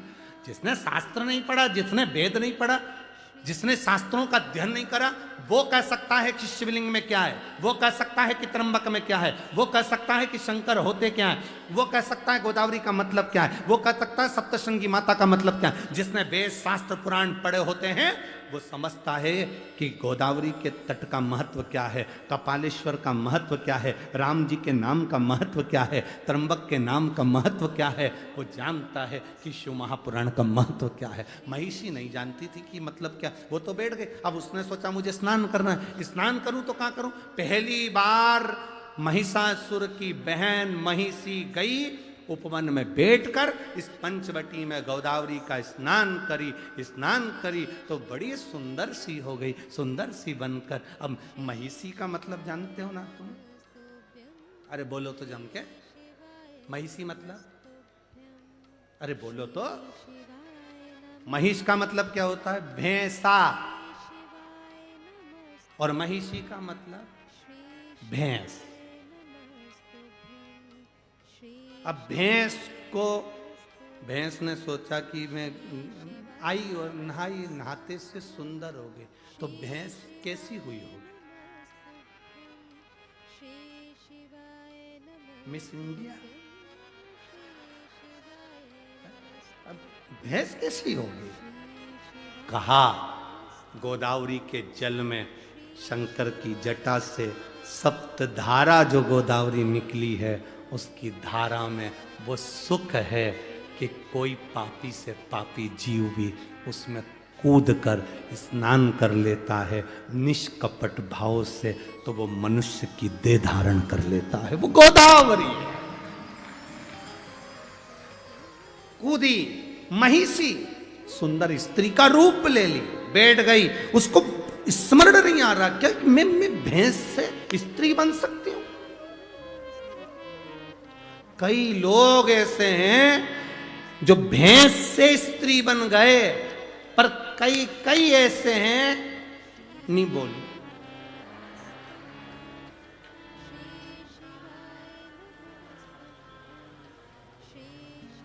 समझ गए?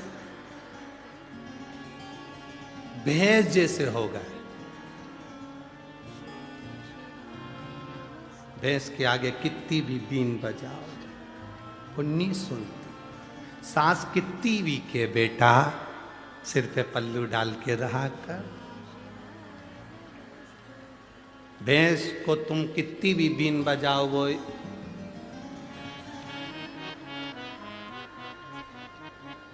तो कोई ऐसे हैं जो भैंस से स्त्री बन जाते हैं और कोई ऐसे हैं। हम नहीं बोलेंगे देखो हमको 4 दिन और रहना है, 3 दिन और रहना है। काय को आफत बोल ले, या नासिक वालों से आफत बोल ले के कहा जाए। तो कोई वो भैंस से स्त्री बन जाए और कोई स्त्री से भी भैंस बन जाए, तो बात नहीं ले। कितना के उनसे, ए बेटा ऐसा कर ले।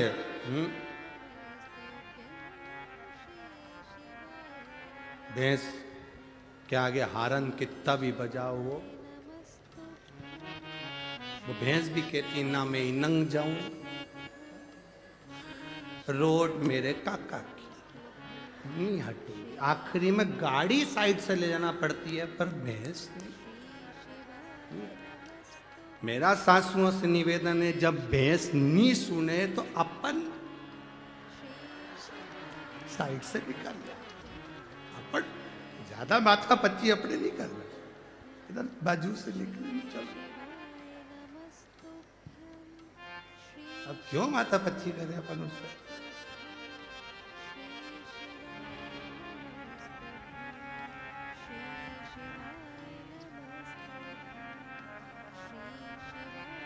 शिव जी से अपने मन की बात बाबा देवादिदेव महादेव से दिल से प्रार्थना करिए। जहाँ जगह मिले वहाँ बैठकर बाबा को अपने मन की बात कहिए, भाव से दिल से बाबा से। जो कार्यकर्ता भी खड़े हैं वो भी बाबा से प्रार्थना करें। बार बार ये कथा इस पंचवटी नासिक में नहीं होती। शीघ्र अति शीघ्र बैठो, जहां जगह मिले वहां बैठ जाओ। जरूरी नहीं कि पंडाल में बैठोगे, ग्राउंड में, जमीन पर जहां जगह मिले वहां बैठकर बाबा से दिल से सब एक साथ भाव से साथ में बोलेंगे।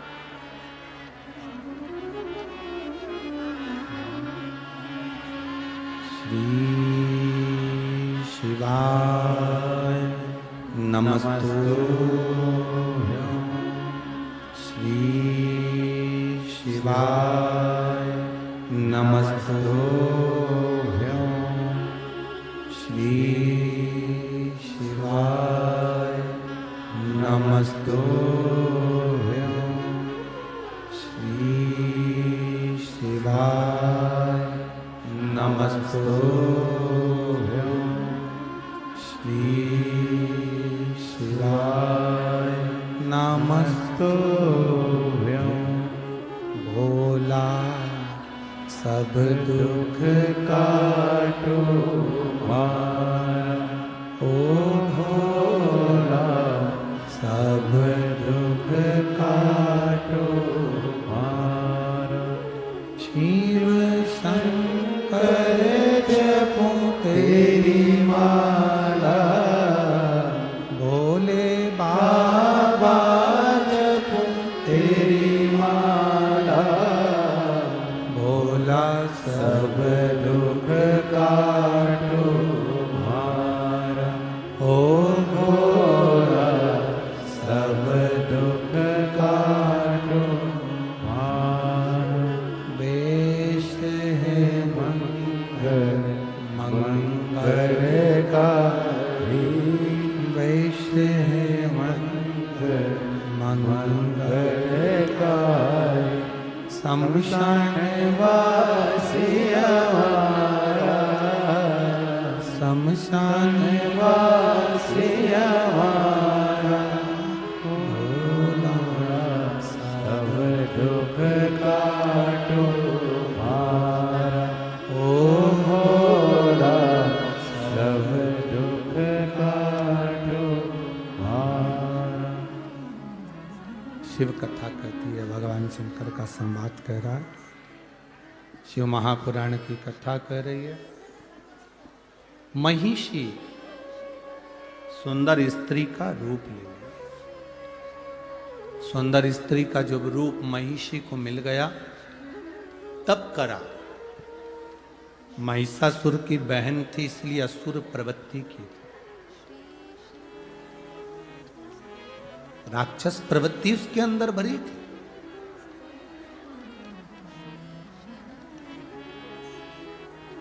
ब्रह्मा जी प्रकट हुए, मांगो तुम्हें क्या चाहिए, क्या दिया जाए।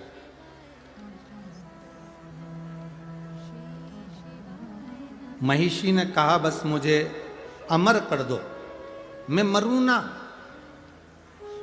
मेरे प्राण ना छूटे। ब्रह्मा जी ने कहा ऐसा तो कभी हो नहीं सकता कि तुम्हारे प्राण नहीं जाएंगे, मरना तो पड़ेगा, प्राण तो जाएंगे। तुम और कुछ मांगना चाहो तो मांग सकते हो। अब महिषी ने मन में विचार करा कि मैं मरूं ना, इसके लिए मैं करूं तो करूं क्या। असुर जो होते हैं, राक्षस जो होते हैं, वो मांगते बड़े विचित्र हैं। ऐसी चीज मांगते हैं जो कि जगत कल्याण की भी हो और खुद के उद्धार की भी। महिषी ने मांगा क्या? महिषी ने मांगा मुझे वर दीजिए, मैं मरूं ना। भगवान ब्रह्मा जी ने कह दिया अमर तो नहीं हो सकते, मरना तो पड़ेगा, तुम और कोई वर मांग लो। अगर मैं मरना ही है मुझे तो मुझे वर दो। शंकर भगवान और भगवान विष्णु के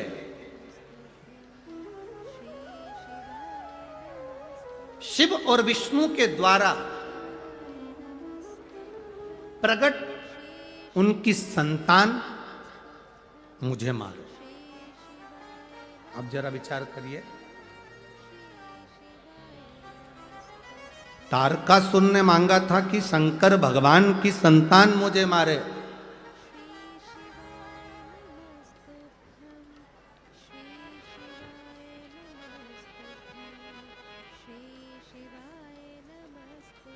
पहला वर है ये जो महिषी ने मांगा कि शिव और विष्णु की संतान मुझे मारे। यहां कोई स्त्री या कोई पुरुष दो के संजोग से संतान नहीं मांगी है। यहां जो संतान मांगी वो मांगी है विष्णु और शिव के द्वारा जो संतान प्रकट हो, जो संतान जन्म ले, वो मुझे मारे। अब ऐसा तो कभी हो ही नहीं सकता। और ब्रह्मा जी ने वर दे दिया, तथास्तु। ब्रह्मा जी वर दे दिए कि शिव और विष्णु के द्वारा प्रकट संतान तुम्हारा वध करेगी, तथास्तु कह दिया। अब सोचो, विचारो, ब्रह्मा जी ने वर दे दिया। महिषी को लगा कि अब तो मैं मर ही नहीं सकती, क्योंकि भगवान शंकर और भगवान विष्णु, इनके द्वारा बच्चा कैसे होगा, संतान कैसे होगी।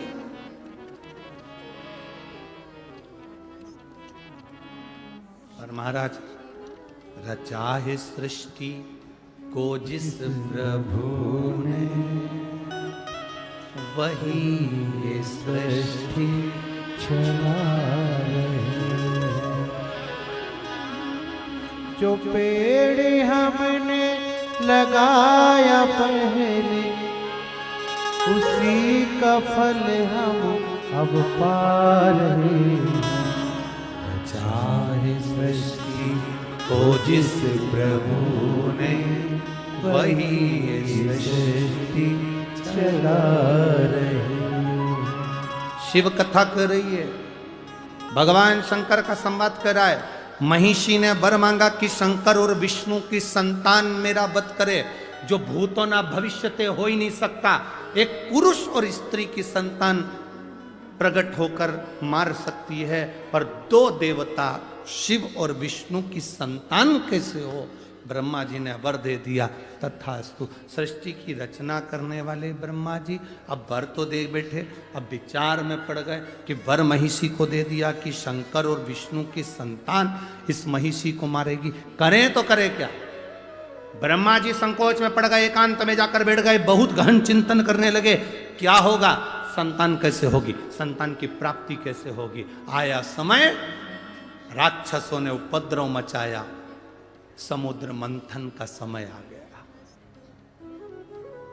और रचा है सृष्टि को जिस प्रभु ने, वही ये सृष्टि चला रहे। बस आ गया समय, मंथन का समय आया। देवता असुरों के बीच में साझा हुआ, अमृत निकलेगा, पाएंगे।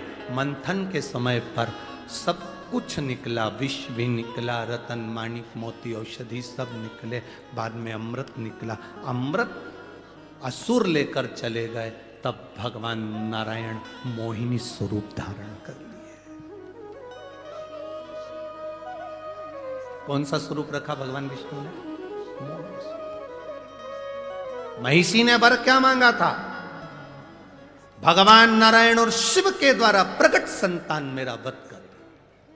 अब राक्षसी तो राक्षसी, उसने उपद्रव मचाना चालू कर दिया। भले वो सुंदर बन गई तो क्या हुआ, वन में रहने लगी, उपद्रव करने लगी, भयंकर उपद्रव मचाया, भयंकर उपद्रव।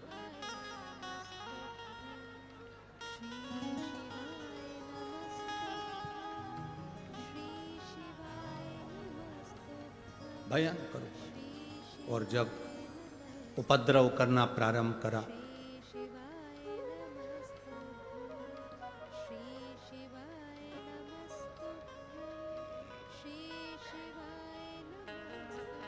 संहार करना जरूरी है। लोग कहते हैं समुद्र का मंथन अमृत की प्राप्ति के लिए किया था। बहुत ध्यान से सुनना। दुनिया के लोग कहते हैं समुद्र का मंथन अमृत की प्राप्ति के लिए किया था।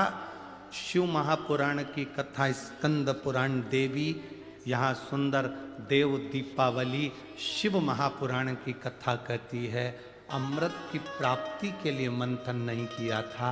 उस महिषासुर की बहन महिषी ने वर मांगा था, शंकर और विष्णु की संतान से मरूं, उस संतान को जन्म देने के लिए ये समुद्र मंथन करा गया था। ये मंथन का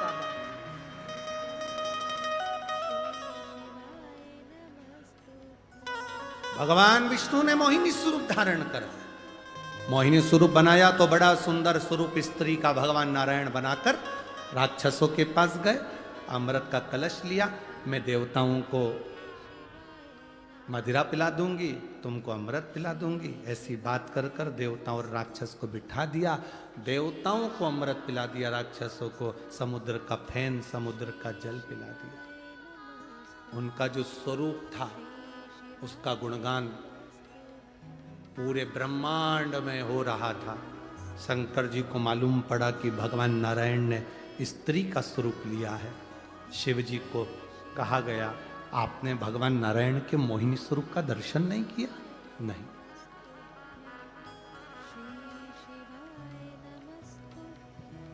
और पकड़ के गोरा जी की बैया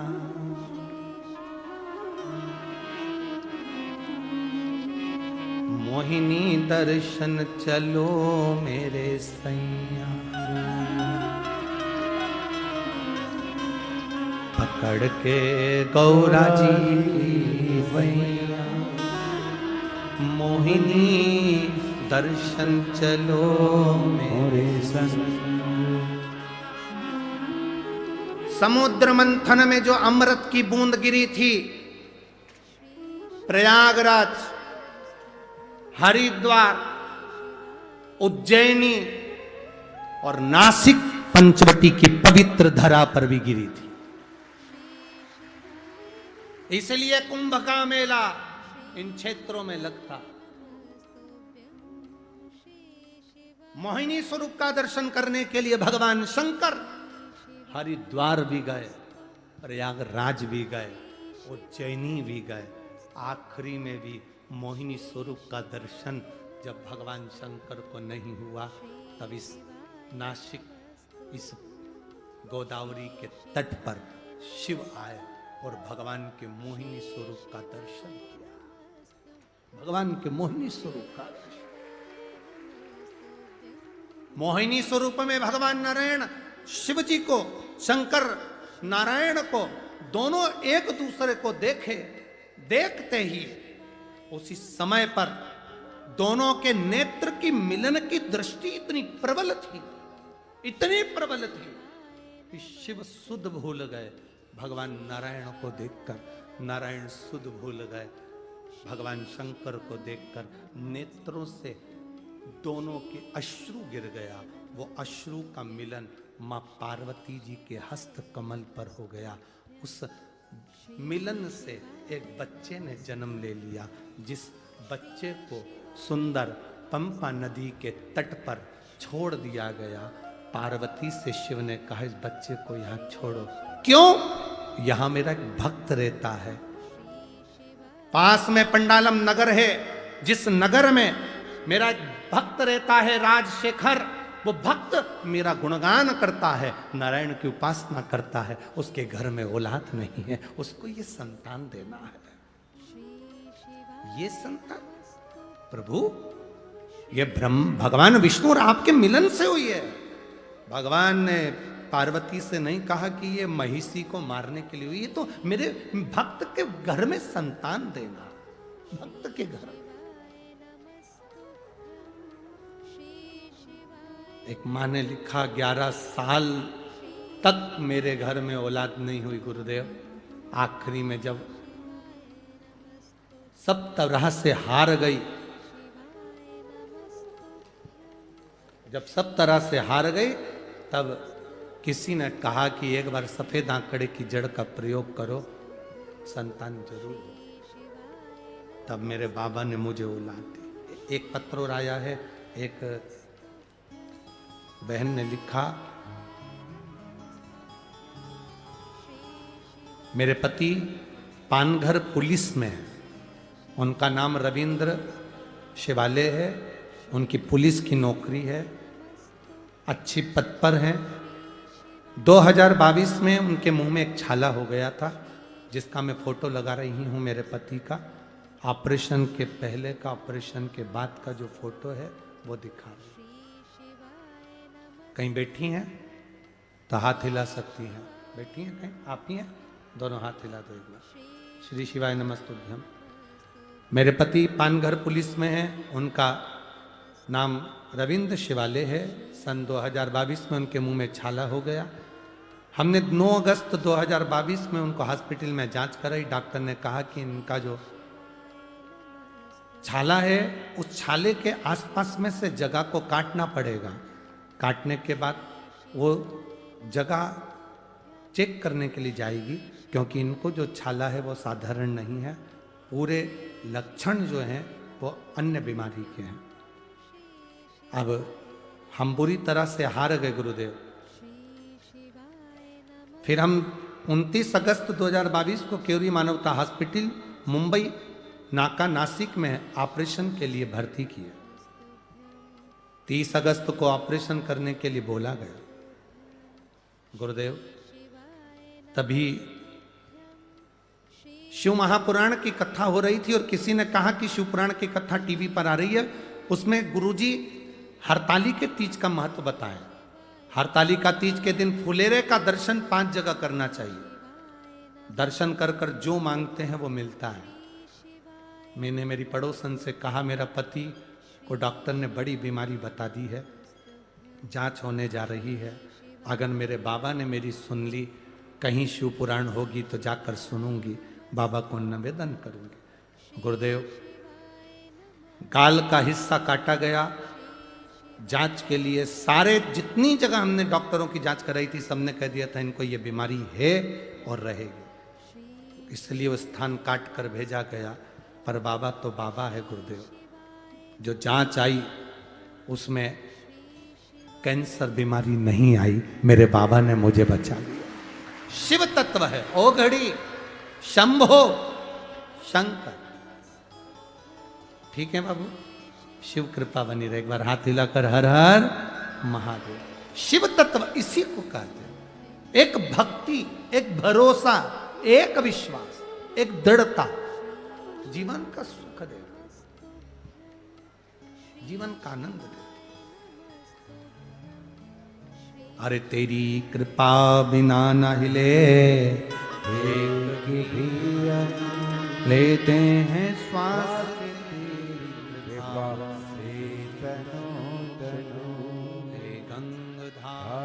मुक्ति द्वार ओमकार तू, आयो शरण तिहारी शंभो तार तार तू। अब पार्वती जी उस बालक को लेकर चली। पंपा नदी के तट पर बालक को सुला दिया। शेखर उस नगर का राजा निकल कर जा रहा था जिसके घर में संतान नहीं थी। देने वाला जब देता है तो छप्पर फाड़ कर देता है। संतान, उसने देखा कि एक बालक रो रहा है, बालक को उठा लिया, बालक को उठाया, अपने घर लेकर गया। धर्म पत्नी से कहा, औलाद नहीं, पर मुझे ये बालक मिला है, बड़ा तेजवीर लगता है, बड़ा सुंदर लगता है, ले इसको पालन करो। रानी ने उसका पालन पोषण करा। बालक आया, बड़ा हुआ, पालन पोषण करा। कुछ महीने के बाद रानी का भी गर्भ ठहर गया। रानी का गर्भ ठहरा, एक बेटे ने जन्म लिया। बेटे ने जन्म लिया, रानी की दासी ने रानी से कहा, राजा का प्रेम, जो बेटा पंपा नदी के तट पर मिला है, राजा का पूरा प्रेम उस बच्चे के प्रति है। हमें लगता है तेरा बेटा सिंहासन पर नहीं बैठ सकता, बैठेगा तो वही बैठेगा। ना जाने किसकी औलाद, ना जाने किसकी संतान, राज सिंहासन पर वो बेटा बैठेगा। वो बेटा राज सिंहासन पर। रानी को बड़ा लगा, आज रानी मन में वियोग कर कर उसने सोच लिया, इससे तो प्राण त्याग दूं तो अच्छा। रानी अपने बच्चे को लेकर जंगल में चली गई। वन में जैसे ही गई, वन में जाते से ही इसको वो सुंदर स्त्री जो गोदावरी के तट से वर लेकर गई थी, शंकर और भगवान विष्णु के संतान मेरा वध करेगी, उस रानी को वो स्त्री मिल गई। क्या नाम था उसका? महिषी। महिषी ने कहा, तुम कौन हो? कहा, मैं राजा चंद्रशेखर की धर्म पत्नी, मैं राजशेखर की पत्नी। राजशेखर की? हाँ, मैं राजशेखर की पत्नी। तुम कहां जा रही हो? प्राणों को त्यागने, इतने छोटे से बच्चे को लेकर? हाँ, इसको भी। क्यों? मेरा बेटा राज सिंहासन पर नहीं बैठ सकता। क्यों, क्या हुआ? मेरे पति को एक बालक मिला था, उस बालक को लिया या पाल पोस के बड़ा करा, और मेरा बेटा सिंहासन पर नहीं बैठ सकता क्योंकि मेरे पति का प्रेम उस बालक के प्रति है। महिषी ने कहा, क्यों घबराती है? तू घर जा, घर जाकर बीमार होने का नाटक करना, अपने बेटे से कहना कि मुझे शेरनी का दूध ला कर दे।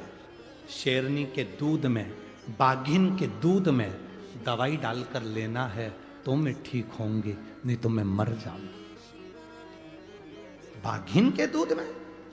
हाँ, तेरा बेटा बाघिन का दूध लेने के लिए आएगा, शेर उसको खा जाएगा। अगर शेर नहीं खाएगा तो मैं उसको खा जाऊंगी और मार दूंगी। तो क्यों चिंता करती है? जा घर। महिषी ने बुद्धि में रानी के भर दिया। रानी घर चली गई, बीमार होने का नाटक कर लिया। बीमार होने का नाटक करा रानी। जैसे बीमार होने का नाटक करी तो अपने बेटे को बुलाया। कौन से बेटे को? जिसको उसने पाल पोस कर बड़ा करा था, जो पंपा नदी के तट पर मिला था, जिसका नाम राजशेखर ने अयप्पा रखा था। क्या नाम रखा था?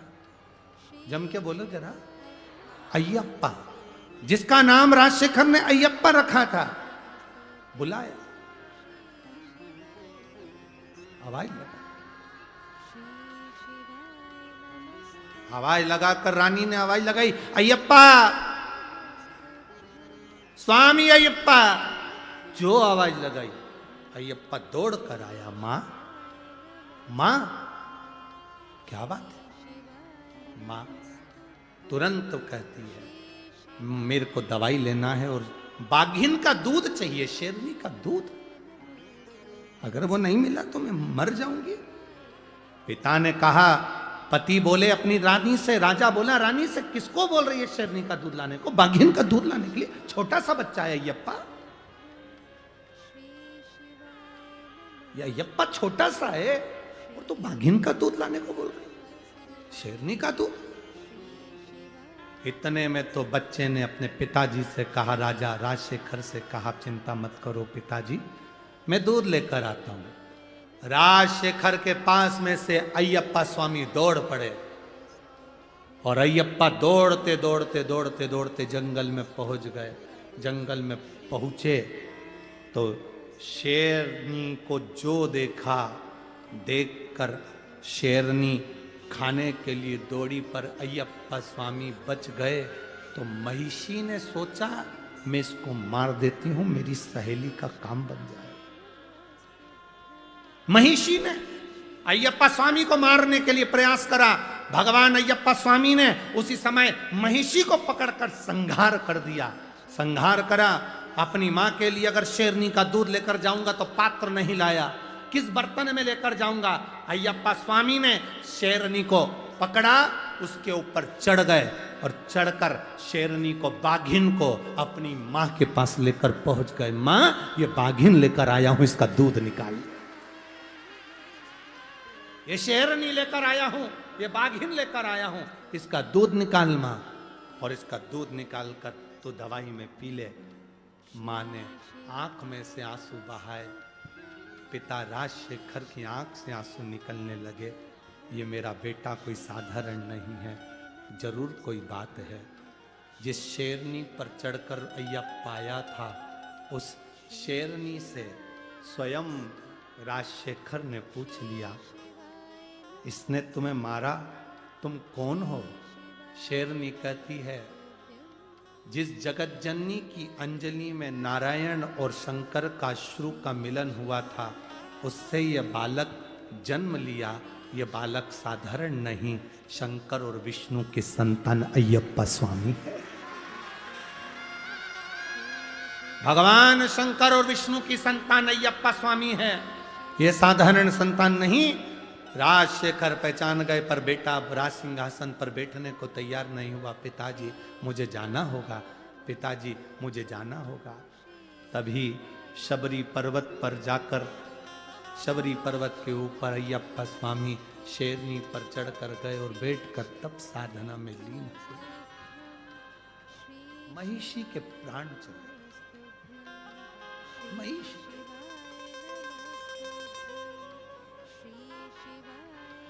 महिषी मरी, देवता आनंद कर आनंद। महिषी के मरते ही सुख का भान हो गया। जब जब असुरों का संहार हुआ है, जब जब राक्षस मरे हैं, जब जब असुर का संहार हुआ है, इस भारत की भूमि पर दीपावली का त्योहार मना है। जब असुर मरे,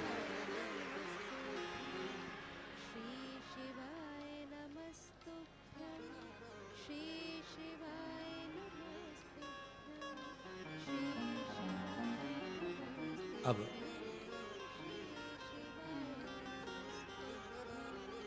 महिषी तो मर गई। गोदावरी के तट का जो फल महिषी ने मांगा था, वो वचन भगवान ने निभा दिया। भगवान नारायण और भगवान शिव की संतान अयप्पा स्वामी ने उसको मार दिया। अयप्पा स्वामी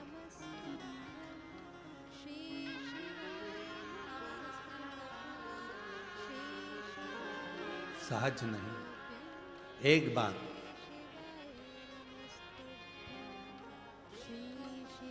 काशी में माता पार्वती भगवान शंकर के साथ विचरण कर रही,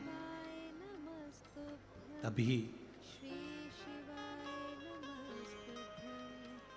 भगवान शंकर को माता पार्वती जी ने प्रश्न किया, स्वामी, संसार के लोग, मृत्यु लोक में जन्म लेने वाला मनुष्य जो दुख में ग्रसित होता है, दुख में भरा रहता है, दुख में ग्रसित है, उस जीव का कल्याण कैसे, उसका उद्धार कैसे? एक पत्र है, देखिए। मेरा नाम कविता दीपक जमादार है। कहीं बैठे हैं तो हाथ हिला सकती हैं, आप ही हैं। मेरा नाम कविता दीपक जमादार है। मेरा 2013 में किडनी ट्रांसप्लांट हुआ है और 2021 में मुझे कैंसर हुआ है। एक बार फिर से हाथ हिलाइएगा। 2013 में मेरा किडनी ट्रांसप्लांट हुआ, 2021 में मुझे कैंसर हुआ, 6 कीमो हुए। केमो लेने के बाद भी मेरी तकलीफ बढ़ती गई। बाद में मुझे माइकोसिस हुआ। गुरुदेव, तकलीफ बहुत बड़ी, कष्ट बहुत बड़ा। कैंसर जैसी बीमारी भी कष्ट देने लगी, सही होने का नाम नहीं ले रही। तब शिव जी पर एक लोटा जल चढ़ाती, आचमन कर लेती। कब तक दवाई खाऊं, कब तक भय से जिंदगी जीऊं? और गुरुजी, अब मैं बाबा के भरोसे रह रही हूं। जब दवाई खाती थी तब पलंग पर थी, आज जल पीती हूं तो पंडाल में बैठकर कथा सुन रही हूं। ये शिव की कृपा। आराम है बाबू? ठीक है अभी पहले से? दोनों हाथ एक बार हिला दीजिए। इतनी बड़ी बीमारी होने पर गुरुदेव, किडनी का ट्रांसप्लांट करा लेना, 21 से अभी तक कैंसर रहना, और कैंसर होने के बाद जब पलंग पर पड़ गई थी तब बहुत दुखी थी। पर अब मेरे बाबा का जल पीती हूं ना, पूरे भरोसे से पीती हूं। पहले पलंग पर थी, अब मेरे बाबा की कृपा से मैं कथा के पंडाल में हूं, टीवी पर कथा सुनती रहती हूं और बाबा के भरोसे जीती रहती हूं। मैं पूरी तरह से ठीक हूं।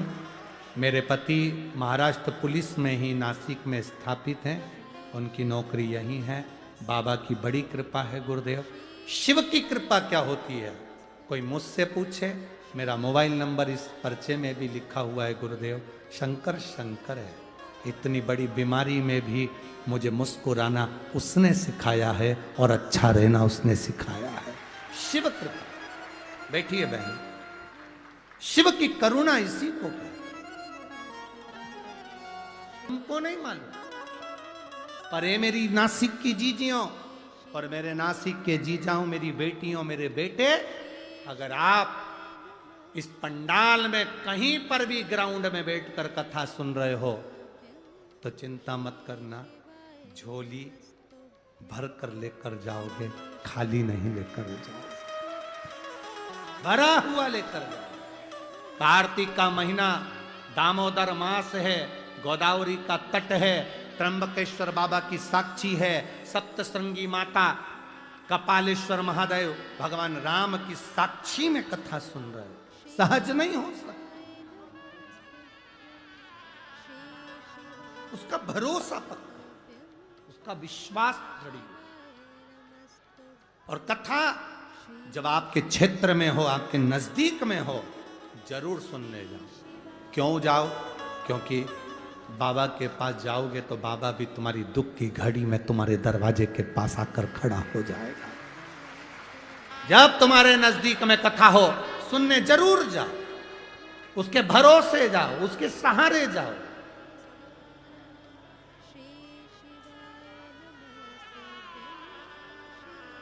शिव कथा कह रहे। पार्वती जी ने शिव जी को गंगा नदी के तट पर देवताओं के प्रसन्नता का कारण पूछा। दीप पर्व मनाया गया।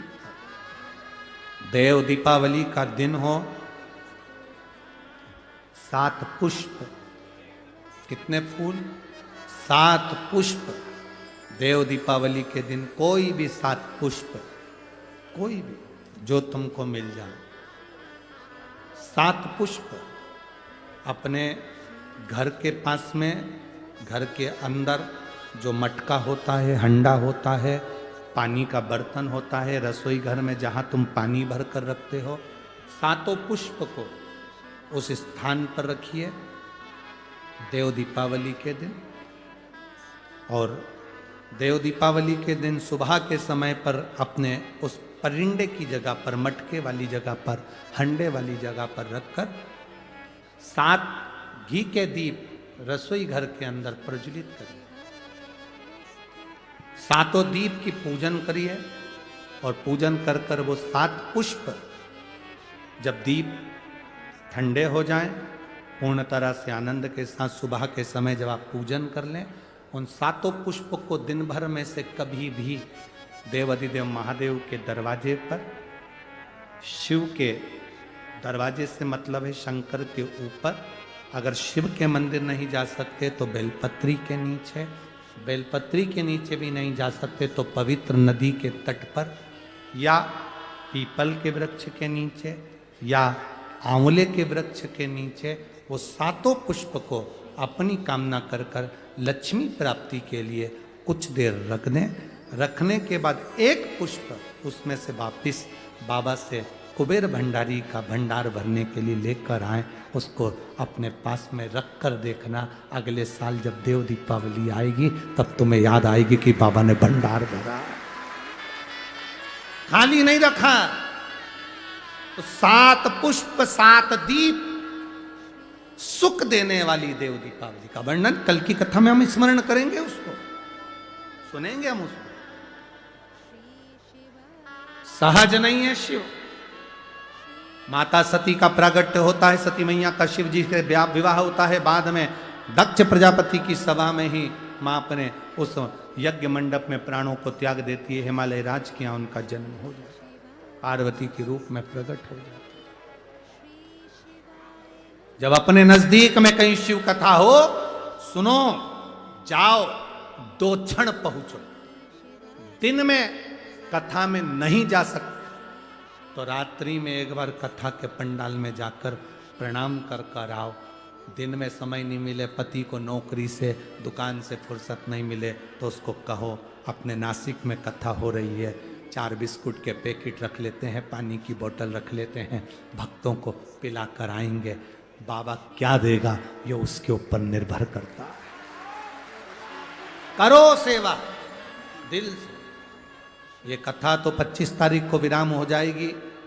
28 तारीख को ददरौआ धाम डॉक्टर हनुमान, पूरी दुनिया में एक ही हनुमान है जिसको डॉक्टर हनुमान कहा जाता है। भिंड में ददरौआ धाम में दोपहर में 1 बजे से 4 बजे तक वो कथा ददरौआ धाम में आस्था चैनल, फेसबुक, यूट्यूब पर पूरा राष्ट्र सुनेगा। उस कथा का नाम रहेगा शंकर सुमन, शिव महापुराण की कथा, जिसमें डॉक्टर हनुमान भक्तों का इलाज करेंगे। शिव महापुराण के माध्यम से अपन श्रवण करेंगे। उसका हनुमान का नाम ही डॉक्टर हनुमान। शिव कथा का लाभ। भिंड के ददरौआ धाम में लाखों भक्त उस कथा का रस तत्व ग्रहण करेंगे और अपने जीवन को सार्थक करेंगे। शिव तत्व धन्य है आपके क्षेत्र में जो कथा मिल रही है, धन्य। और जब वो कथा 2 दिसंबर तक चलेगी, फिर 5 दिसंबर से 11 दिसंबर तक 7 दिवसीय शिव महापुराण की कथा बड़े जटाधारी जलगांव महाराष्ट्र में बहुत दिनों के बाद 7 दिन की कथा प्राप्त होगी। और आज नासिक नगर में खुशी की बात और है, बाबा की बड़ी कृपा हुई है। हमारी महाराष्ट्र में जब से हम कथा करने आ रहे हैं तब से एक दिली तमन्ना थी एक कथा की। वो कथा मेरे त्र्यंबक बाबा ने सुन ली।